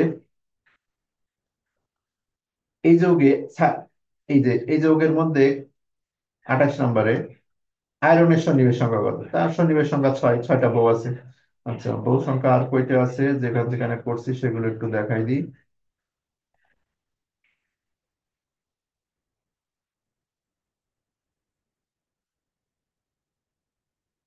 এই যে 8 নম্বর প্রশ্ন দেখাইছিলাম, যদি জিজ্ঞাসা করি যে এই যৌগে কোবাল্টের সন্নিবেশ সংখ্যা কত? এই যে 6টা বউ আছে। থার্ড ব্র্যাকেটের মধ্যে বউ দেখা যায়। বউ কোথায় দেখতে হয়? থার্ড ব্র্যাকেটের মধ্যে। যদি বলা হয় যে 1 নম্বর, এই যৌগে যদি বলে যে এই যৌগে আয়রনের সন্নিবেশ সংখ্যা কত, তো এই থার্ড ব্র্যাকেট কতটুকু? এই থার্ড ব্র্যাকেট কিন্তু এখান থেকে শুরু এখানেই ক্লোজ, থার্ড ব্র্যাকেটের মধ্যে বহু সংখ্যা। তাহলে আয়রনের সন্নিবেশ সংখ্যা এখানে কত? 6। তো আশা করি সন্নিবেশ সংখ্যা জারণ মান নির্ণয় শেষ। এবার আসি জটিল আয়নের নামকরণটা আমরা একটু দেখবো, তারপর সমীকরণ বললে শেষ। তাহলে আসি এখন জটিলায়নের নামকরণ। আজ পর্যন্ত জটিলায়নের নামকরণ পরীক্ষাতে দেয় নাই, তারপরেও আমরা একটু শিখে রাখবো জটিলায়নের নামকরণ। জটিলায়নের নামকরণ করতে গেলে আমাদের জটিলায়নের মধ্যে যদি এনএ স্থির থাকে, তাহলে জটিলায়নের মধ্যে এনএ স্থির থাকলে ওকে কি নামে ডাকবো? দেখো, জটিলায়নের মধ্যে এনএ স্থির থাকলে ওকে অ্যামিনো নামে ডাকতে হবে। জটিলায়নের মধ্যে এনএ স্থির থাকলে অ্যামিনো। জটিলায়নের মধ্যে যদি এইচ টু থাকে ওকে অ্যাকুয়া নামে ডাকতে হবে, অ্যাকুয়া নাম। জটিলায়নের মধ্যে সায়ানাইড থাকলে ওকে সায়ানো বলে ডাকতে হবে, সায়ানো। জটিলায়নের মধ্যে এনও থাকলে ওকে নাইট্রোসো নামে ডাকতে হবে, নাইট্রোসো, নাইট্রোসো। জটিল আয়নের মধ্যে ফ্লোরিন, ক্লোরিন, ব্রোমিন থাকলে এগুলো ক্লোরো ফ্লোরো, যদি ক্লোরিন থাকে ক্লোরো একটা লিখে রাখলাম, ক্লোরিন থাকলে ক্লোরো। আর জটিল আয়নের মধ্যে সিটো4 থাকলে একে বলে অক্সালেট বা অক্সালেটও বলে, অক্সালেটো। জটিল আয়নের মধ্যে সিও থাকলে একে বলে কার্বনিল, কার্বনিল। এখন আসি, জটিল আয়নের নামকরণের একটাই রুল, যে নেগেটিভ আয়ন হলে, জটিল আয়ন যদি নেগেটিভ হয়, জটিল আয়ন যদি নেগেটিভ আয়ন হয়, নেগেটিভ আয়ন হলে ধাতুর নামের সাথে এর যুক্ত হবে, ধাতুর নামের সাথে এট যুক্ত হবে, এটিই যুক্ত করতে হবে। আর যদি পজিটিভ আয়ন হয় নামের কোনো চেঞ্জ হয় না। পজিটিভ, জটিল আয়ন যদি পজিটিভ হয়, পজিটিভ আয়ন হলে নো চেঞ্জ, মানে যে নাম আছে ধাতুর সেই নামে ডাকতে হবে, ধাতুর নামে কোনো চেঞ্জ হয় না। কিরকম এই দুইটা কথার মানেটা এখন বুঝতে পারবো। ধরো আমি এখন তোমাকে একটা আয়ন লিখলাম যে Fe3n6, এখানে হলো 4 মাইনাস। আবার আমি লিখলাম Fe3n6 3 মাইনাস। পরে লিখি, এই পাশে লিখি, আবার এখানে লিখলাম Fe3n6 ব্র্যাকেট দিয়ে লিখলাম হলো 3 মাইনাস, 4 মাইনাস 3 মাইনাস। আবার আমি আরেকটা লিখলাম CuNH3 4, এখানে হলো 2 প্লাস। এই জটিল আয়নের নামকরণ। তো প্রথমে আসি, পজিটিভ আয়ন হলে নামের কোনো চেঞ্জ হয় না, নো চেঞ্জ। তাহলে এইটাতে যদি আমরা নামকরণ দেখি, এখানে কপারের জারণ মান কত সেটা যদিও বের করে নিতে হবে। কপার হলো এক্স, এক্স দিয়ে NH3 হলো 0 × 4 হলো +2, তার মানে এখানে কপারের জারণ মান +2। এটা কেন বের করে নিচ্ছে একটু পরে বুঝতে পারবো। এই যে ওকে দেখো, যদি আমরা নামকরণ করি কপার NH3, NH3 কে জটিল আয়নের মধ্যে থাকলে কি নামে ডাকে? অ্যামিনো। তাহলে কয়টা অ্যামিনো আছে? 4টা। তাহলে এর নাম হবে কি? Tetra amino, tetra amino, tetra amino copper. এখন কপারের হলো দুইটা জারণ মান হয়, একটা হলো +1, একটা +2। এখন এই জটিল আয়নের মধ্যে কপারের জারণ মানটা কত সেটা ব্র্যাকেটে বলে দিতে হবে। এটা জটিল আয়নের মধ্যে কপারের জারণ মান +2, তার মানে এখানে আমি ব্র্যাকেট দিয়ে বলে দিলাম যে এই যৌগের মধ্যে কপারের জারণ মানটা 2। তাহলে টেট্রা অ্যামিনো কপার, ব্র্যাকেটে একটা 2 লেখার কারণ কি, মানে রোমান সংখ্যায় 2 দিয়ে বুঝাই দিচ্ছি যে এই জটিল আয়নটার মধ্যে কপারের জারণ মানটা আছে 2। আচ্ছা, এটা দেখলে আরো ক্লিয়ার হয়ে যাবে এই নিয়মটা। এটা হলো একটা নেগেটিভ আয়ন। নেগেটিভ আয়ন যদি হয় তাহলে ধাতুর নামের সাথে এর যুক্ত হবে। সায়ানাইড আছে কয়টা? এখানে 6টা। জটিল আয়নের মধ্যে সায়ানাইড কে কি বলে? ছায়ানো বলে। তাহলে কয়টা ছায়ানো আছে? হেক্সা, 6টা। তাহলে হেক্সা ছায়ানো, হেক্সা ছায়ানো। এটা হলো ফেরাম, ফেরাম থেকে ল্যাটিন নাম ফেরাম, ফেরাম থেকে এফি আসছে। তাহলে হেক্সা ছায়ানো, এটা ফেরাম থেকে এর নামের পেছনে এর যুক্ত করে দিতে হবে। তাহলে হেক্সা ছায়ানো ফেরেট, হেক্সা ছায়ানো ফেরেট। এখন এই যৌগটার নাম একটু বলি, এটার নামও দেখো হেক্সা ছায়ানো, এটাও হেক্সা ছায়ানো। আর এটাও তো নেগেটিভ আয়ন, নেগেটিভ আয়ন হলে ধাতুর নামের সাথে এট, তাহলে এটাও নামও হেক্সা ছায়ানো ফেরেট, এটার নামও হেক্সা ছায়ানো কি? ফেরেট। এখন দুইটা তো হেক্সা ছায়ানো ফেরেট, দুইটার মধ্যে ভিন্নতা করব কি করে? এখন এই যে ব্র্যাকেটের মধ্যে আমরা লিখছিলাম যে ওদের জারণ মান গুলো বসবে, ওইটাই হলো আমাদের এখন বের করে দেখতে হবে যে এইটার মধ্যে আয়রনের জারণ মানটা কত আছে এই যৌগের মধ্যে। তো এখানে আয়রনের জারণ মানটা আমরা বের করলাম এক্স দিয়ে। থাইরাইড হলো -1 × 6 = -4, তাহলে x - 6 = -4। এক্স ইকুয়াল টু ওই পাশে গেলে +2। তাহলে এই যৌগে আয়রনের জারণ মান আছে +2, তার মানে আমি ব্র্যাকেটে বলে দিলাম যে এই যৌগটার মধ্যে আয়রনের জারণ মান আছে +2 তে। এই কারণে রোমান সংখ্যায় 2 লিখে দিলাম, তাহলে বোঝা যাচ্ছে যে এখানে আয়রনের জারণ মান 2 আছে। আর যদি এইটাতে আমরা আয়রনের জারণ মানটা দেখি বের করে, x - 1 × 6 হলো -3, তাহলে x = -3, ওই পাশে যে +6 তার মানে +3। এই যৌগের মধ্যে আয়রনের জারণ মান দেখা যাচ্ছে 3, তাহলে এখানে রোমান সংখ্যায় আমি 3 দিয়ে দিলাম। আশা করি দুইটা তুমি দেখে বুঝতে পারছো যে রোমান সংখ্যার ভেতরে এইটা লেখাটা কতটা জরুরি। রোমান সংখ্যার ভেতরে মানটা দেখে বোঝাচ্ছে যে ওই ধাতুটার জারণ মানটা কত। রোমান সংখ্যার মধ্যে যেটা লেখা হয় ওই ধাতুটার জারণ মানটা কত। এই -4 -3 এগুলো কিন্তু লেখে না। লেখে কি, এই যে ধাতুটা ফেরেট হিসেবে লিখছি, কেন ফেরেট লিখছি, কারণ নেগেটিভ আয়ন। নেগেটিভ আয়ন হলে নামের পেছনে এর যুক্ত হয়, পজিটিভ হলে কোনো কিছু যুক্ত হয় না। হেক্সাসায়ানোফেরেট ব্র্যাকেটে 2 লেখার কারণ কি, কারণ আয়রনের জারণ মানে এখানে 2। আর এখানে হেক্সাসায়ানোফেরেট ব্র্যাকেটে 3 লেখার কারণ কি, কারণ ওই যৌগের মধ্যে আয়রনের জারণ মান হলো 3। আচ্ছা, এরকম আরো একটা দুইটা দেখাবো আমি। ধরো কোবাল্ট দিয়ে আমি এখানে একটা দেখালাম।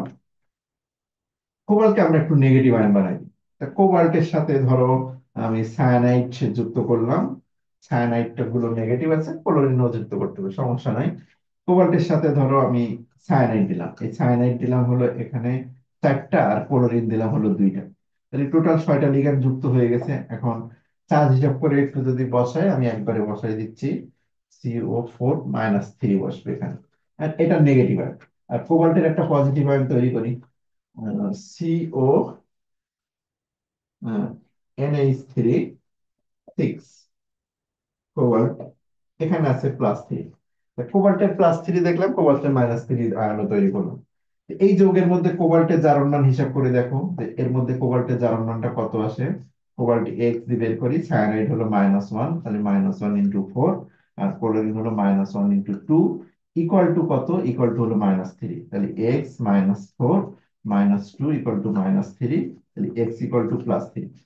এই যৌগের মধ্যে কোবাল্টের জারণ মান কিন্তু +3, মনে রাখো কোবাল্টের জারণ মান এখানে কত আছে, +3 তে আছে।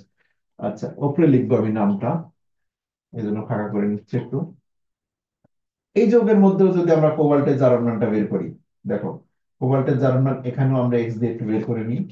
CO, তো কোবাল্ট হলো এক্স, NH3 হলো 0 × 6, আর এটা হলো ইকুয়াল টু +3। তাহলে x = কত থাকে, +3। দুইটা যৌগের মধ্যেই কোবাল্টের জারণ মান কিন্তু +3 আছে।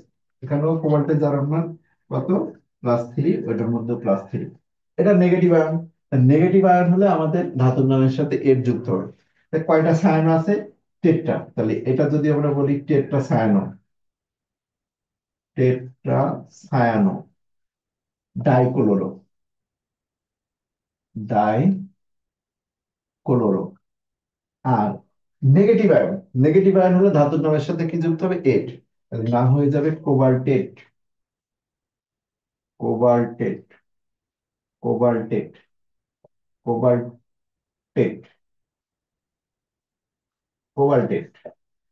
এই যে নামের সাথে এর যুক্ত করছি, কোবাল্টেট। এখন এটাতে কোবাল্টের জারণ মানটা কত, 3, কোবাল্টের 3 বলে এই ব্র্যাকেটের মধ্যে আমরা 3 লিখে দিলাম, হেক্সাসায়ানো কোবাল্টেট। আচ্ছা, এই যৌগটার নাম যদি আমরা করি হেক্সা অ্যামিনো, হেক্সা অ্যামিনো কোবাল্ট। এই যৌগটার নাম দেখো এখানে লিখলাম, হেক্সা অ্যামিনো কোবাল্ট। এখানে আর কোবাল্টেট লিখবো না। কেন লিখবো না, কারণ এটা যেহেতু পজিটিভ আয়ন, পজিটিভ আয়ন হলে নামের কোনো চেঞ্জ হবে না, যা আছে তাই থাকবে। রোমান সংখ্যায় ব্র্যাকেটে কত লিখে দেবো, +3 লিখে আছে, তার মানে আমরা রোমান সংখ্যায় এখানে ব্র্যাকেটে রোমান সংখ্যায় 3 লিখে দিলাম। 3 লেখার কারণ কি, যে এটাও হলো আমাদের হেক্সাসায়ানো কোবাল্ট। কেন কোবাল্ট, কারণ পজিটিভ আয়ন। পজিটিভ আয়ন ধাতুর নামের কোনো চেঞ্জ হয় না, নেগেটিভ আয়ন ধাতুর নামের সাথে এর যুক্ত হয়। আশা করি জটিল আয়নের নাম বলতে পারবো। জটিল আয়ন আরেকটা একটু বড় করে নাম দেখাই। ধরো আমরা এখন একটা নাম লিখলাম হলো FeCN6, এখানে আমাদের ছিল হলো K4। তো এই যৌগটা যদি আমরা নাম বলি, জটিল যৌগ হয়ে গেছে কিন্তু। তো পটাশিয়াম, এখানে পটাশিয়াম, হেক্সাসায়ানো। And এই যৌগটা নেগেটিভ আয়ন ছিল দেখো, হেক্সাসায়ানো, এটা কিন্তু নেগেটিভ আয়ন ছিল, পটাশিয়াম হেক্সাসায়ানো। এন্ড আয়রন যেহেতু আছে Fe, এই Fe এটা নেগেটিভ আয়ন হলে ফেরেট হয়ে যাবে, পজিটিভ হলে আয়রনই থাকবে। দেখি এখানে এটা নেগেটিভ ছিল কিনা। দেখো FeCN6 যখন যুক্ত করছিলাম তখন এর চার্জ কিন্তু -4 ছিল, এই -4টা এখানে এসে +4 হয়ে গেছে। এই যে এখানে এসে 4 হয়ে গেছে, -4টা +4 না, ও চারটে এখানে আসছে, তার মানে এটা একটা নেগেটিভ আয়ন ছিল। তাহলে হেক্সাসায়ানো এটা হবে কি, ফেরেট। ফেরেট, হেক্সাসায়ানো ফেরেট। এন্ড ফেরেট তো দিলাম। এই যৌগের মধ্যে আয়রনের জারণ মানটা কত, সেটা আমাদের ব্র্যাকেটে বসাতে হবে। তাহলে এখানে আয়রনের জারণ মানটা বসানোর জন্য পটাশিয়াম হলো +1 × 4, এটা এক্স, সায়ানাইড হলো -1 × 6 = 0। তাহলে +4 + x -6 = 0, x +2। তাহলে এইটাকে আমরা এখন এই ব্র্যাকেটের মধ্যে বসাই দিই, পটাশিয়াম হেক্সাসায়ানো ফেরেট ব্র্যাকেটে 2। আশা করি জটিল আয়নের নাম সবাই বলতে পারবা। And এই যৌগ কিন্তু বড় করেও তৈরি করতে পারতাম। দেখো এখানে 4টা পটাশিয়ামের পরিবর্তে আমরা কি করতে পারি, এখানে তো পটাশিয়াম টোটাল মিলে +4, আমরা কি করলাম, একটা সোডিয়াম দিলাম, একটা পটাশিয়াম দিলাম, আর একটা ক্যালসিয়াম দিলাম, এই টোটাল মিলে দেখো 4 হয়। সোডিয়াম +1, পটাশিয়াম +1, ক্যালসিয়াম +2, সবটা মিলে কিন্তু আমাদের +4 হয়। তো এইটা মিলে যদি এখন আমরা যৌগটা এভাবে লিখে দিই FeCN6, এটাও কিন্তু জটিল আয়ন হয়েছে। আগে এখানে K4 ছিল, আর আমরা ওই জায়গাটায় 3টা ধাতু দিয়ে দিয়েছি, একটা সোডিয়াম, একটা পটাশিয়াম, একটা ক্যালসিয়াম। এর নাম কি হবে, এর নাম হবে sodium potassium calcium hexacyanoferrate. Sodium potassium hexacyano, তো ক্যালসিয়াম বাদ করছে, sodium potassium calcium hexacyanoferrate. Ferrate লিখে ব্র্যাকেট আবার 2 দিতে হবে, কারণ কি এখানে আয়রনের জারণ মূল্য 2 আছে। তো জটিল আয়নের নামকরণ বুঝলাম, এখন আসি জটিল আয়নের সংকরণটা দেখবো। এটা দেখলে আমাদের শেষ। ও আচ্ছা, ভিন্ন ভিন্ন যদি আয়ন থাকে, এরকম তো আমরা ভিন্ন ভিন্ন বিয়ে দিছিলাম। যেমন আমরা হলো এই যে কোবাল্টের সাথে বা ক্রোমিয়ামের সাথে ভিন্ন ভিন্ন বউ দিছিলাম। NH3 দিছিলাম 2টা, H2O দিছিলাম 2টা, আচ্ছা Cl দিছিলাম 2টা। এরকম ভিন্ন ভিন্ন বউ যদি দেয়া হয়, তো এদের নাম কি হবে, এই জটিল আয়নটার নাম? তো এর নাম হবে কি, দেখো ডায়ামিনো। 2টা NH3 আছে, ডায়ামিনো, ডায়াকুয়া, ডাইঅ্যাকুয়া, ডাইকোলোরো, যা আছে তাই বলতে হবে, বুঝছো? ডাইকোলোরো। আর এটা হলো ক্রোমিয়াম, যেহেতু পজিটিভ হয় নামের কোনো চেঞ্জ হবে না। ক্রোমিয়াম। ক্রোমিয়ামের জারণ মানে এখানে 3 আছে, তুমি হিসাব করে বের করে দেখো 3 আছে, তার মানে এখানে রোমান সংখ্যায় 3 বসে যাবে। এই হলো জটিল আয়নের নামকরণ। আর যদি নেগেটিভ হতো ক্রোমেট লিখতাম, না বিশ্বাসে এর যুক্ত করে ক্রোমিয়াম থেকে ক্রোমেট। ওকে, তাহলে জটিল আয়নের নামকরণ শেষ। এখন আমরা চলে যাচ্ছি জটিল আয়নের সংকরণ কিভাবে নির্ণয় করব। তো দেখো জটিল আয়নের সংকরণ একটা ভ্যাস্ট জিনিস, একটা বিশাল বড় একটা জিনিস। যদিও পরীক্ষাতে আসে তো একটা চুরামি করা যায়, মানে দেখে বোঝা যায় কিভাবে। দেখো যদি সন্নিবেশ সংখ্যা, বহু সংখ্যা তো এখন সবাই চেনে, যদি সন্নিবেশ সংখ্যা জটিল আয়নে 6, এই সন্নিবেশ সংখ্যা 2 যদি হয়, তো সন্নিবেশ সংখ্যা 2 হলে, সন্নিবেশ সংখ্যা 2 হলে সংকরণ SP, একদম সিম্পল অ্যাজ সে। দেখো খুবই সিম্পল জিনিস, জটিল আয়নের সন্নিবেশ সংখ্যা যদি 2 হয়, সংকরণ হবে SP। ওকে, জটিল আয়নের সন্নিবেশ সংখ্যা যদি 6 হয়, তাহলে এর সংকরণ হবে দুইটা, একটা হলো sp3d2 অথবা d2sp3। এখন এই জায়গায় কখন আমরা ডি আগে বলবো আর কখন আমরা ডি পরে বলবো, এটা আমি ব্যাখ্যা করবো একটু পরে। তাহলে সন্নিবেশ সংখ্যা হলো 2 হলে sp, সন্নিবেশ সংখ্যা 6 হলে sp3 d2 অথবা d2sp3। আর একটা হলো যে সন্নিবেশ সংখ্যা যদি 4 হয়, আমরা জটিল আয়নের সংকরণ নির্ণয় করতেছি কিন্তু, সংকরণ সন্নিবেশ সংখ্যা যদি 4 হয়, তাহলে এখানে সংকরণ 2 ধরনের হয়, sp3 হয় অথবা sp2d হয়, অথবা dsp2 হয়, এইগুলো হয়। তো মোটামুটি এইটা জেনে রাখো, এটা জেনে রাখো, এটা দিয়ে আমাদের কাজ চলে যাবে। ওকে, এখন আসি যে সন্নিবেশ সংখ্যা 2 হলে সংকরণ হবে এসপি, সন্নিবেশ সংখ্যা 6 হলে sp3d2 বা d2sp3, আর সন্নিবেশ সংখ্যা 4 হলে sp3 sp2d dsp2। এখন আসি প্রত্যেকটা আমি দেখাই, ডেট ডিটেলসে আমি যাচ্ছি না, কারণ এগুলো আসলে করে করে দেখতে হয়। এখন শর্টকাটটা জেনে রাখলেই কাজ হয়, কারণ এই জিনিস যদি তুমি পরীক্ষার হলে করে দেখতে চাও তুমি পারবাই না, কারণ এটা সিকিউ প্রশ্ন সেখান থেকে করে। এখন সিকিউ প্রশ্নতে ঘর কেটে কেটে দেখলে বোঝা যায় যে আসলে সংকলনটা কি হবে। তো এখন আমরা অত ডিটেলসে যাচ্ছি না, আমরা সিম্পল। সন্নিবেশ সংখ্যা 2 আছে, এরকম দুইটা যৌগ যদি দেখাই, দেখো, দেখে তো সন্নিবেশ সংখ্যা এখন চিনবে না এমন কেউ নাই, যে বউ সংখ্যা চিনতে পারবে না এমন কেউ কি তোমাদের মধ্যে আছে? দেখো, এমন কেউ তোমাদের মধ্যে নাই যে জটিলায়নের বউ সংখ্যা চেনে না। জটিলায়নের বউ সংখ্যা কি এই থার্ড ব্র্যাকেটের মধ্যে থাকে। তো দেখো, এই দুটা থার্ড ব্র্যাকেটের মধ্যে আছে, সন্নিবেশ সংখ্যা 2। তো সন্নিবেশ সংখ্যা 2 মানে এদের সংকরণ হলে এসপি। আর একটা জিনিস, এসপি সংকরণ হলে আকৃতি কি, এই যদি আমি বলি যে সন্নিবেশ সংখ্যা যদি 2 হয়, এর আকৃতিটা লিখতে পারো যে আকৃতি হলো সরলরেখিক। এদের আকৃতি কি? সরল, একটু পরে লিখে দিই। সন্নিবেশ সংখ্যা 2 হলে আকৃতি সরলরেখিক, সন্নিবেশ সংখ্যা 6 হলে আকৃতি অষ্টতরৈখিক। এটা লিখতে পারো যে এর আকৃতি হলো সরলরেখিক। সন্নিবেশ সংখ্যা 2 মানে আকৃতি হলো সরলরেখিক। আর সন্নিবেশ সংখ্যা যদি 6 হয়, তা আকৃতি হলো অষ্টতলকীয়। এই দুইটা খুবই সিম্পল। আর 4 হলে একটু পরে লিখি, 4 হলে একটু পরে লিখি অষ্টতলকীয়। তো এই দুটা যেহেতু এসপি সংকরণ, তো এদের আকৃতি যে সরল রৈখিক এটা আমরা দেখেই বলতে পারি যে এটা হলো সরল রৈখিক। তো সন্নিবেশ সংখ্যা 2 এর কাহিনী শেষ, এখানে কোনো ঝামেলা নেই। এবার আসি সন্নিবেশ সংখ্যা 6 হলে আকৃতি নিয়ে কোনো ঝামেলা নেই, কিন্তু কখন আমরা এস ডি আর পরে দিব, কখন ডি আগে দিব, এইটার ব্যাখ্যাতে যদি যাই, তো এখানে একটা জিনিস তোমরা, যে শক্তিশালী লিগ্যান্ড, স্ট্রং ফিল্ড লিগ্যান্ড বলে। স্ট্রং ফিল্ড লিগ্যান্ড মানে শক্তিশালী লিগ্যান্ড বলেই মনে রাখো, strong field. Strong field ligand আছে কি একটা মনে রাখতে পারো, সায়ানাইড। অন্যগুলো আমি দরকার নেই, এটা একটা সিরিজ আছে।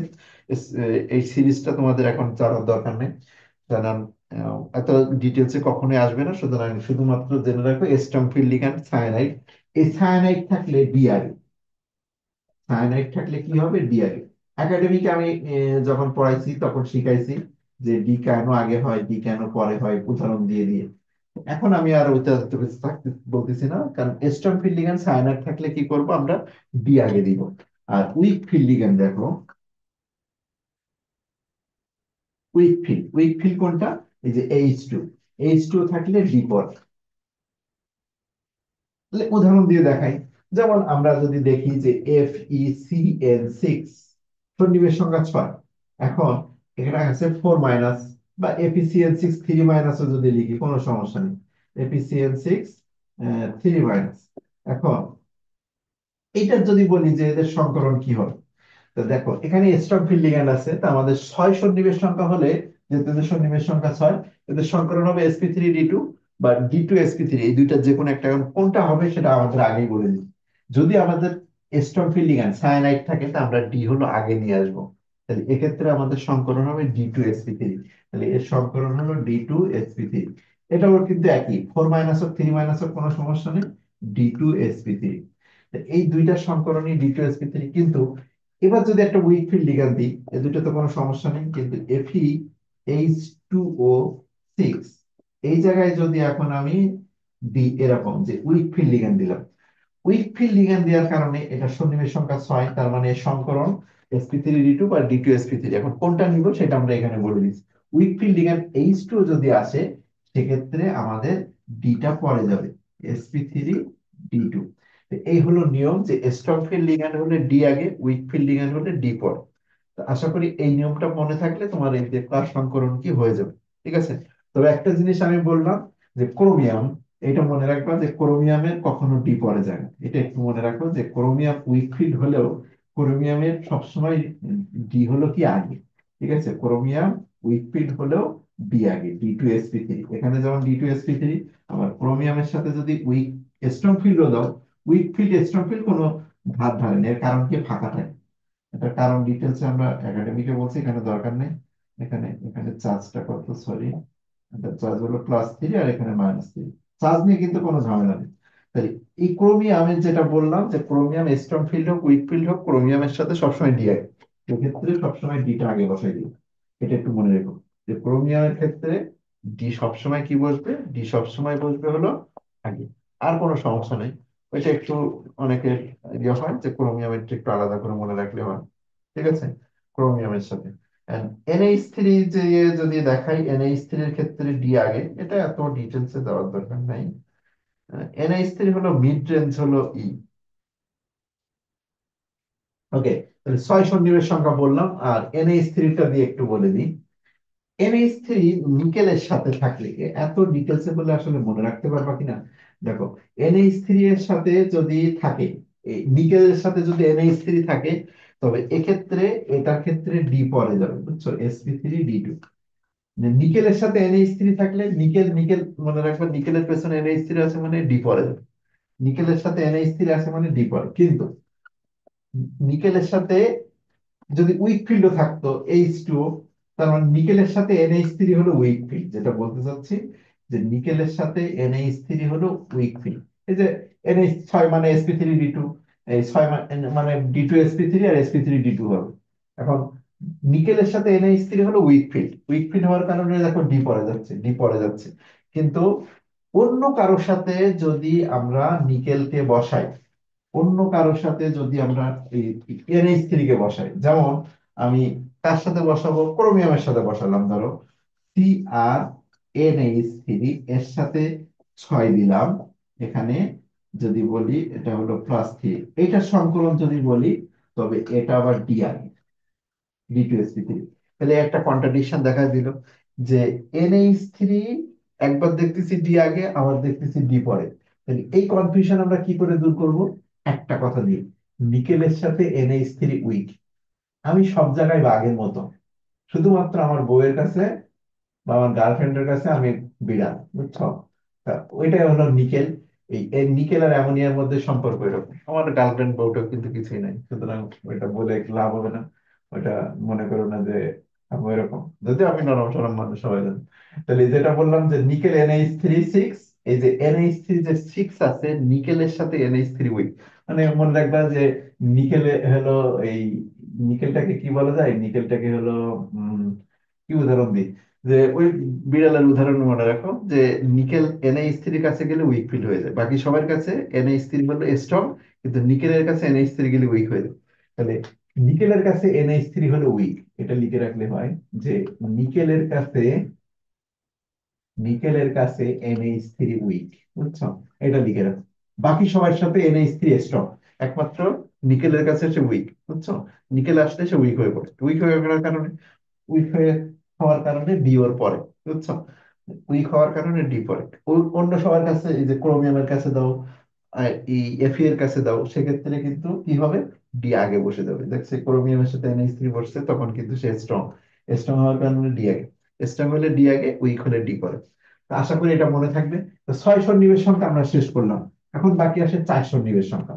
4 সন্নিবেশ সংখ্যা যদি হয়, তবে এই কপারটা মনে রাখবা, কপার যদি থাকে 4 সন্নিবেশ সংখ্যা দিয়ে, এটা হলো sp2d। এটা হাজারি স্যারের বইয়ের খুব কমন একটা প্রশ্ন, sp2d। এটা নিয়ে যদি একটু কন্ট্রাডিকশন আছে, তবে এটা বেশিরভাগ ক্ষেত্রে এখন মতামত এটার দিকে, সুতরাং আমরা এটা দিই sp2d। আর যখন sp2d হবে, তখন আকৃতিটা মনে রাখো সমতলীয় বর্গাকার, সমতলীয় বর্গাকার, বুঝছো। sp2d বা dsp2 হলে সমতলীয় বর্গাকার। আর যখন sp3 হবে, তখন হলো চতুস্তলকীয়। যেমন আমরা একটা চতুস্তলকীয় দেখি, জিঙ্কের সাথে নিকেল দাও, জিঙ্কের সাথে নিকেল দিলে চতুস্তলকীয়, ঠিক আছে। জিঙ্কের সাথে যদি NH3 কে বসাই 4, তাহলে এখানে 2+। 4 সন্নিবেশ সংখ্যা হলে আমাদের সংকরণ হয় sp3 অথবা dsp2। এটা দেখো sp3 হবে, এটা হবে কি sp3, আর sp3 সংকরণ হলে চতুস্তলকীয়। তাহলে আমাদের কাছে জিনিসটা খুবই সিম্পল, যে সামারি বলে দিই এবার, যে এসপি সংকরণ হলে আকৃতি সরলরৈখিক, 6 সন্নিবেশ সংখ্যা, 2 সন্নিবেশ সংখ্যা হলে এসপি, আর এসপি হলে সরলরৈখিক। 4 সন্নিবেশ সংখ্যা যদি হয়, তাহলে 2 ধরনের সংকরণ হয়, sp2d, স্ট্রং ফিল হলে ডি আগে, আর উইক ফিল হলে ডি পরে, এটা আগের নিয়মই আছে। কিন্তু এখানে যদি আমরা এখন সায়ানাইড দিতাম, তাহলে কিন্তু ডিএসপি2 হতো। দেখো এই কপারের আগে যদি এখন আমরা সায়ানাইড কে বসাইতাম, দেখো এই কপারের সাথে আচ্ছা ওইটা দেওয়ার সবার সাথে কন্ট্রাডিকশন বাড়ছে, NH3। যদিও এই কথাটার সাথে আবার তোমার মনে হয় ঝামেলা পাকাইতে পারে, যে একটু আগে তো বললেন যে সবার সাথে ক্রোমিয়াম, এই সবার সাথে NH3 হলে স্ট্রং, একমাত্র নিকেলের সাথে সে হলো উইক। এখানে আবার ডি কেন করে দিচ্ছে, এটা ওটা মনে রাখো যে কপারের সাথেও সে উইক, বুঝছো? অন্যগুলোর সাথে থাক, কপারের সাথে সে উইক, ওটা লিখে রাখো। ওকে, চার সন্নিবেশ সংখ্যা হলে আমাদের সমীকরণ কি? চার সন্নিবেশ সংখ্যা হলে আমাদের সমীকরণ হবে দুই ধরনের, sp2d আর হলো DsP2। স্ট্রং ফিল হলে ডি আগে, উইক ফিল হলে ডি পরে, এটা তো আগের নিয়মেই আছে। যেমন এই কপারের সাথে যদি আমরা NH3 দিই, মানে সায়ানাইড দিই CN6, তাহলে এক্ষেত্রে অবশ্যই আমাদের আহ এটা হলো FeCl NH6 হবে না তো 4 হবে, 2 মাইনাস। এক্ষেত্রে আমাদের এটা কিন্তু DsP2 হবে। স্ট্রং ফিল মানে ডি আগে দিলাম, ঠিক আছে? আর উইক ফিল্ড মানে NH3 কে এর সাথে উইকই ধরো, এটা মনে রাখো একটু, তাহলে হবে। তাহলে sp2 কখন হবে, ডি কখন হবে? ডি হলে স্ট্রং ফিল্ড হলে আগে, অথবা উইক ফিল্ড হলে ডি পরে। আর জিঙ্কের সাথে সবসময় sp3 মনে রাখলেই হবে, এই কয়টা সংকরণ মনে রাখলেই যথেষ্ট। আর যেটা বললাম যে চার সন্নিবেশ সংখ্যা হলে দুই ধরনের হয়, sp3 হয় অথবা sp2d হয় বা DsP2 হয়। আর ছয় সন্নিবেশ সংখ্যা হলে আমাদের সংকলন দুইটা হয়, একটা হলো sp3d2 অথবা D2sp3। এই হলো কাজ, D2sp3, ঠিক আছে? তাহলে কখন ডি আগে হবে? স্ট্রং ফিল হলে ডি আগে, উইক ফিল হলে ডি পরে। এই একটা কথা যদি তোমার মাথার মধ্যে থাকে যে সায়ানাইড হলো আসলে ডি আগে হয়, H2 হলে ডি পরে হয়, তাহলে এর কাজ শেষ। একটা কোশ্চেন দেখালে দেখো, প্রশ্ন শেষ। শেষ শেষ।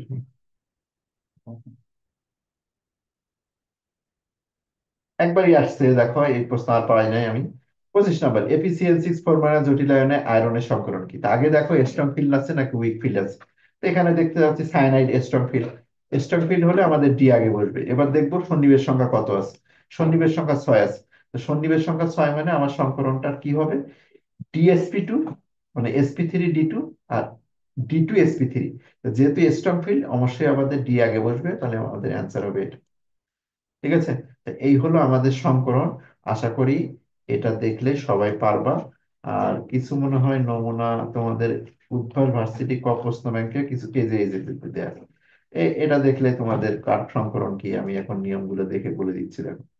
এই যে ক্রোমিয়াম NH3, ক্রোমিয়ামের সাথে NH3 সবসময় বললাম যে ক্রোমিয়ামের সাথে সবসময় ডি আগে বসবে। নিকেলের সাথে NH3 থাকলে উইক ফিল্ড ধরবো, এই যে ডি পরে, দেখলো নিকেলের সাথে NH3 সবসময় বললাম কি উইক। আচ্ছা, ApCl6 এখানে স্ট্রং ফিল্ড ডি আগে, ApCl6 স্ট্রং ফিল্ড ডি আগে। CONH3, সিওর সাথে NH3 বললাম কি অবশ্যই স্ট্রং, একমাত্র নিকেলের কাছে যে আমরা NH3 কে উইক ধরছিলাম, আর কপারের কাছে উইক ধরলাম। আর কোবাল্টের কাছে NH3 কি স্ট্রং, তাহলে ওখানে ডি আগে। COApCl6, এখানে এই যে Fe কিন্তু উইক ফিল্ড, এই জন্য ডি পরে। নিকেলের কাছে পানি, তাহলে এটা কি উইক, এটা উইক ফিল্ড, তাহলে ডি পরে। আহ, নিকেল এই যে NiCO4, এটা sp3, এটা দেখো sp3। আর এই যে চার সন্নিবেশ সংখ্যা হলে এটা হলো DsP2, মানে স্ট্রং ফিল্ড আছে এই জন্য ডি আগে। কপারের সাথে যদি NH3 থাকে ডি পরে। দেখো সবটা এই কয়টা জেনে রাখো, এখানে যে চারটা আছে এই চারটা, এইটা প্র্যাকটিস করে যাও, এই চারটা প্র্যাকটিস করে গেলে এই না আর দরকার নেই। এখানে যে কয়টা আছে এই কয়টাই প্র্যাকটিস করে, যে সামনে যে কয়টা দেখবো। তাহলে সংকরণ শেষ, এ শেষ। একটা জিনিস একটু তোমাদের আমি বলে শেষ করে দিব, যে এদের চুম্বকীয় ধর্ম। FeCl6 ডায়াম্যাগনেটিক নাকি প্যারাম্যাগনেটিক? FeCl6 3 মাইনাসটা, আর FeCl6 4 মাইনাসটা। FeCl6 একটা হলো 4 মাইনাস। এটা আসলে একটা ডিটেলস এ পড়াইতে গেলে সমস্যা। আমি যদি একটু তোমাদের ইলেকট্রন বিন্যাস আকারে দেখাই, FeCl6 আয়রন হলো 26, আয়রন 26 এর ইলেকট্রন বিন্যাস আমরা যদি করি, তাহলে আর্গন পর্যন্ত কিন্তু কোনো চেঞ্জ নাই। আর্গন হলো 18, এরপরে আছে হলো 3d আর হলো 4s। 3d হলো 4s2, 3d হলো 6। আয়রন 26 গেল, আয়রন যদি 2 প্লাস করি, 4s কিন্তু 0 হয়ে যাবে। এখন আসা যাক, ডি এর ঘর কয়টা? ডি এর ঘর হলো 6, 5টা। ডি এর ঘর কয়? 5টা। আর 4s এর ঘর হলো একটা। তাহলে 6টা ঘরের মধ্যে কয়টা ইলেকট্রন থাকবে? 6টা ইলেকট্রনই আছে, একটা একটা করে এভাবে থাকে, এভাবে আছে। আর 4s এ 0 মানে ফাঁকা। যখন এর কাছে সায়ানাইড লিগ্যান্ডটা আসে, FeCl6, এই জায়গায় কিন্তু আয়রনের জারণ মান কত? 3+। এইটাতে আয়রনের জারণ মান কিন্তু 3+। তাকে 3+টা দিয়ে আমরা করি। এখানে আয়রনের জারণ মান হিসাব করে বের করো, এক্স দিয়ে 3+ আসবে। তাহলে 6টা মানে এখানে 5টা ইলেকট্রন, এখানে 5টা ইলেকট্রন আছে। এখন এই FeCl6, এখানে যদি আমি সায়ানাইড লিগ্যান্ডটা নিয়ে আসি, সায়ানাইড 6টা লিগ্যান্ড নিয়ে আসি, সায়ানাইড লিগ্যান্ড গুলো আসলে কি করবে? জায়গা ফাঁকা করবে, বুঝছো? জায়গা ফাঁকা করবে বলতে কি, যে এদের বলবে কি, ভাই তোরা সাইড হয়ে যা, 5টা আসিস, এতগুলো বেঞ্চ দখল না করে তোরা এরকম হয়ে যা। তাহলে এই যে কি কাজ করলো সে, ঘর ফাঁকা করছে, দেখো 5টা ইলেকট্রনকে 3 ঘরের মধ্যে ঢুকাই দিচ্ছে। ওকে, সরি সরি সরি, এটা বাদ দাও, আমি প্রথম থেকে আবার দেখাই। FeCl6 আর FeCl6 4 - এই দুইটা চুম্বকীয় ধর্ম ব্যাখ্যা করতে যাচ্ছি আমি। FeCl6 3 - যেটা, এই যৌগের মধ্যে আয়রনের জারণ মানটা যদি তুমি বের করে নাও, এক্স দিয়ে বের করে দেখো, এইটা এক্স ধরলাম, সায়ানাইড হলো -1 × 6 = -3, তাহলে x equal to -3 + 6, x equal to +3, তার মানে এখানে আয়রনের জারণ মান +3। আয়রন +3 যদি আমরা এটা করি, তো এখানে ছিল, যখন আয়রন ছিল 26, তখন 4s2 3d6 ছিল। 3+ মানে কি, 3টে ইলেকট্রন বের হয়ে যাবে, তাহলে 4s0, 3d হয়ে যাবে 5। 5টা ইলেকট্রন এই যে আছে 5টা ঘরের মধ্যে। যখন সায়ানাইডটা আসলো, সায়ানাইড এসে বলতেছে যে তোরা তো বেশ শয়তান, তোরা 5টা বেঞ্চ মানে 5টা ঘরে একজন একজন করে আসিস কেন? তোরা তো কি কাজ করতে পারিস, 5জন 3টা ঘরের মধ্যে, এক এক ঘরের মধ্যে 2টার বেশি ধরে না, 2টা ঘরের মধ্যে 2জন 2জন করে থাক, আর একটা ঘরের মধ্যে একজন থাক, আর 2টা ঘর আমাদের জন্য ছেড়ে দে। সায়ানাইড মোট 6টা ঢুকবে। তা এই যে 2টা ঘর খালি পাইছি, এই 2টা ঘরের মধ্যে সায়ানাইড ঢুকছে, এইটার মধ্যে সায়ানাইড ঢুকছে। ফোরেস ঘরটা আগে থেকেই খালি, এর মধ্যে একটা সায়ানাইড ঢুকছে, তাহলে সায়ানাইড ঢুকে পড়তেছে। আর ফোরেস যেহেতু খালি, 4p কিন্তু খালি পড়ে আছে, তাহলে 4p কি হয়ে গেল? 4p যেহেতু আগে থেকে খালি আছে, ওর মধ্যে 3টা সায়ানাইড ঢুকছে। মানে হোটেল রুম ভাড়া করছে, কক্সবাজারে গেছে, সায়ানাইড 6জন, মানে 6 বন্ধু, 6 সায়ানাইড বন্ধু। এখন আয়রন হলো, বলতেছে কি ঠিক আছে আমার ঘর অ্যাভেলেবল আছে। তা এখানে যে দেখছে কি, যে এরা 5জন ছিল, ইলেকট্রন 5টা ইলেকট্রন, তা সায়ানাইড যে বলছে কি, তোমরা এমন কেন, এভাবে না থেকে তোমরা কি কাজ করো, তোমরা হলো 3টা ঘরের মধ্যে ঢুকে পড়ে, এক এক ঘরে 2জন করে, প্রথম ঘরে 2জন, পরের ঘরে 2জন, তারপরের ঘরে একজন ঢুক, আর এই যে আমাদের জন্য ঘর ছেড়ে দাও। তো এখান থেকে এই 2 ঘর খালি, এর মধ্যে 2টা সায়ানাইড ঢুকছে, এর মধ্যে একটা সায়ানাইড ঢুকছে। আর 4p যেহেতু আগে থেকে খালি, এর মধ্যে কিন্তু ঢুকে পড়ছে। এখন দেখো এখান থেকে আমরা সংকরণটা পেয়ে গেছি। আগেই বলছিলাম এই সংকরণটা যে D2sp3 কেন, এই যে ডি কয়টা নিচে দেখো, D2টা নিচে, এই জন্য D2। আর এস কয়টা নিচে, একটা, এই জন্য এস। আর পি কয়টা নিচে দেখো, 3টা, এই জন্য সংকরণটা কিন্তু D2sp3। এই সংকরণটা কেন যে D2sp3, এই কারণে এই D2sp3 সংকরণ কেন, এই যে ব্যাখ্যা দিন। এবার আসি এটা চুম্বক ধর্ম ব্যাখ্যা করব। আমরা আগেই শিখে আসছি ডায়াচুম্বকীয়, প্যারাচুম্বকীয়। ডায়া কখন হয়? ডায়া হয় জোড় ইলেকট্রন থাকলে, জোড় ইলেকট্রন থাকলে হলো ডায়া। আর প্যারা কখন হয়? বেজোড় ইলেকট্রন থাকে। এটা আসলে মনে আছে, ডায়াচুম্বকীয়, প্যারাচুম্বকীয় তোমরা এর আগের ক্লাসে করছো। তাহলে ডায়া কখন হয়? জোড় ইলেকট্রন থাকলে। আর বেজোড় ইলেকট্রন থাকলে হয় প্যারা। এখন খেয়াল করে দেখো তো, এই যে FeCl3 - এর মধ্যে একটা বেজোড় ইলেকট্রন আছে। FeCl6 এর মধ্যে যেহেতু একটা বেজোড় ইলেকট্রন আছে, তার মানে এটা প্যারাচুম্বকীয় ধর্ম। এটা একদম ঠাডা মুখস্থ রেখে গেল, আসলে এটাই আসবে, কারণ বই এটাই দিয়েছে। তাহলে এটা হলো একটা প্যারাচুম্বকীয় ধর্ম। কারণ কি? এটার মধ্যে বেজোড় ইলেকট্রন আছে। এবার যদি আমরা বলি যে FeCl6 4 - এটার যদি ইলেকট্রন বিন্যাস দেখে এরকম চেকার বোর্ড তৈরি করি, FeCl6 এর মধ্যে আয়রনের জারণ মানটা যদি একটু বের করে নাও এখান থেকে, এক্স দিয়ে, তাহলে একটু বের করে দেখো, এক্স প্লাস হলো সায়ানাইড হলো -1, -1 × 6 ইকুয়াল টু -4। তাহলে এক্স ইকুয়াল টু হিসাব করে দেখো +2 আসে। তো এখানে আয়রনের জারণ মানটা হলো +2। আমরা যদি আবার এরকম করে দেখাই, কিন্তু প্রথম থেকে আবার দেখাচ্ছি, দেখো FeCl6 এর জারণ মান আমরা পাইছি হলো আয়রন +2। আয়রন আগে 26-এর জন্য ইলেকট্রন বিন্যাস করে নিই। আয়রন 26, আর্গন 18, তারপরে হলো 3d, আর হলো 4s। Argon 18, 3d 4s, 4s2, 3d6, And এর মধ্যে যেহেতু আয়রনের জারণ মান প্লাস টু করে দিই, প্লাস টু করে দিলে দুইটা ইলেকট্রন এটা জিরো হয়ে যাবে। তো এখন এটার ঘর যদি আঁকি D6, ডি কয়টা আছে, ডি এর মধ্যে 6টি ইলেকট্রন আছে।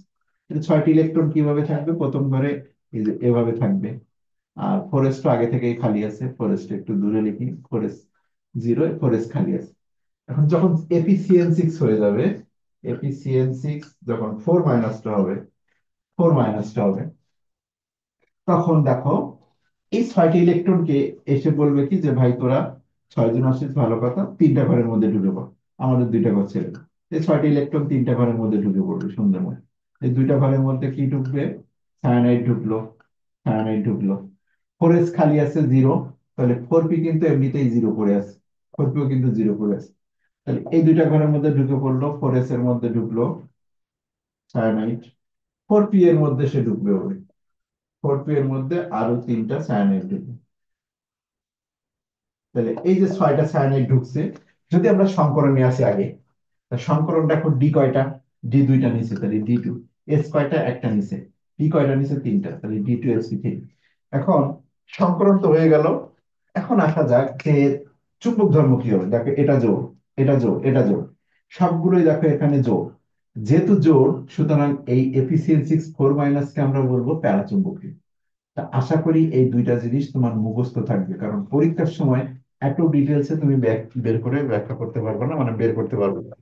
এই জন্য মুখস্থ রাখলেই যথেষ্ট যে Fe6 3 - থ্রি এখান থেকে দেখেই বুঝতে হবে, থ্রিটা হলো বেজোড়, থ্রি মানে বেজোড়, এই কারণে এটা প্যারাচুম্বকীয়। আর Cn6 4 মানে এটা জোড় পাবে, এটা হলো কি লিখলাম, এটা ডায়া চুম্বকীয়। প্যারা কেন, ডায়া, এটা হলো ডায়া চুম্বকীয়। দেখো সব জোড়, জোড় হলে ডায়া, বেজোড় হলো প্যারা। তা এই জিনিসটার ব্যাখ্যাটা খেয়াল করো। এই যে এই যে ছকটার মধ্যে দেখো লেখা আছে, দেখছো কোনটা কি জিনিস, চুম্বকীয় বৈশিষ্ট্য। এই যে পি মানে দেখছো প্যারাচুম্বকীয়, আমি যদি দেখাই, এই যে Fe6 3 এখানে দেখছো পি লেখা আছে, মানে এটা প্যারাচুম্বকীয়। আর Fe6 4 টা আছে, Fe6 4 দেখো এই যে ডায়া, ডি মানে হলো ডায়াচুম্বকীয়। তো এই দুইটা শুধু আমি মনে রাখতে বলতেছি, আর অন্যগুলো দরকার নাই অতটা। আর যদি খুব বেশি মন চাই যে না অন্যটা একটু করবো, তো এই কপারটা একটু মনে রাখতে পারো, কারণ এই 3টা আয়ন হলো আমাদের বইয়ের খুব কমন জিনিস। কপার কিন্তু প্যারাচুম্বকীয়, কপারে কিন্তু টু প্লাস, এটাতে কিন্তু বেজোর ইলেকট্রন থাকে 9টা থাকে, ডি এর মধ্যে 9টা থাকে, এই জন্য এটা প্যারাচুম্বকীয়। তাহলে কপার হলো প্যারাচুম্বকীয়। কপার 29 না, কপার এখানে 29, টু নাই, টু নাই, ইয়ে হবে 29 থেকে 2টা কমে যায়। তো এইটা হলো তোমার কিন্তু কি হবে, প্যারাচুম্বকীয়। আর Fe6 4 যেটা, সেটা হলো ডায়া। আর 3 যেটা, সেটা হলো প্যারা। ঠিক আছে, অন্যগুলো দরকার নাই, 3টা আমি পড়তে বললাম, একটা, দুইটা, 3টা, আর দরকার নেই। ওকে, তা আশা করি চুম্বক ধর্ম পারবা। এই গেল হলো আমাদের টোটাল জটিল, এই জটিলায়ন। জটিলায়নের সংকরণ বুঝাইছি, জটিলায়নের সন্নিবেশ সংখ্যা। তবে যাওয়ার আগে একদম শেষে আবার বলে দিচ্ছি, জটিলায়ন থেকে মোস্ট কমন প্রশ্ন হলো বহু সংখ্যা। জটিলায়নের মোস্ট কমন প্রশ্ন হলো বহু সংখ্যা আর হলো জারণ মান। এই দুইটা হলো ম্যাক্সিমাম টাইম আসবে। ওই সংকরণ বলো, সন্নিবেশ সংখ্যা ছাড়া, বহু সংখ্যা মানে কি, সন্নিবেশ সংখ্যা। ওই সন্নিবেশ সংখ্যা বের করতে বলে সব থেকে বেশি, আর জারণ মান বের করতে বলে, অন্যগুলা কিন্তু কম আসে। ঠিক আছে, নাম বলবে না, তা তারপরে হলো সংকরণ বলবে না, রেয়ার কেসে আসে। এগুলো খুব কম আসবে, আসবে কিন্তু জটিলায়নের সন্নিবেশ সংখ্যা আর জারণ মান। ওকে, সবাই ভালো থাকবে। আল্লাহ হাফেজ, জটিলায়ন শেষ।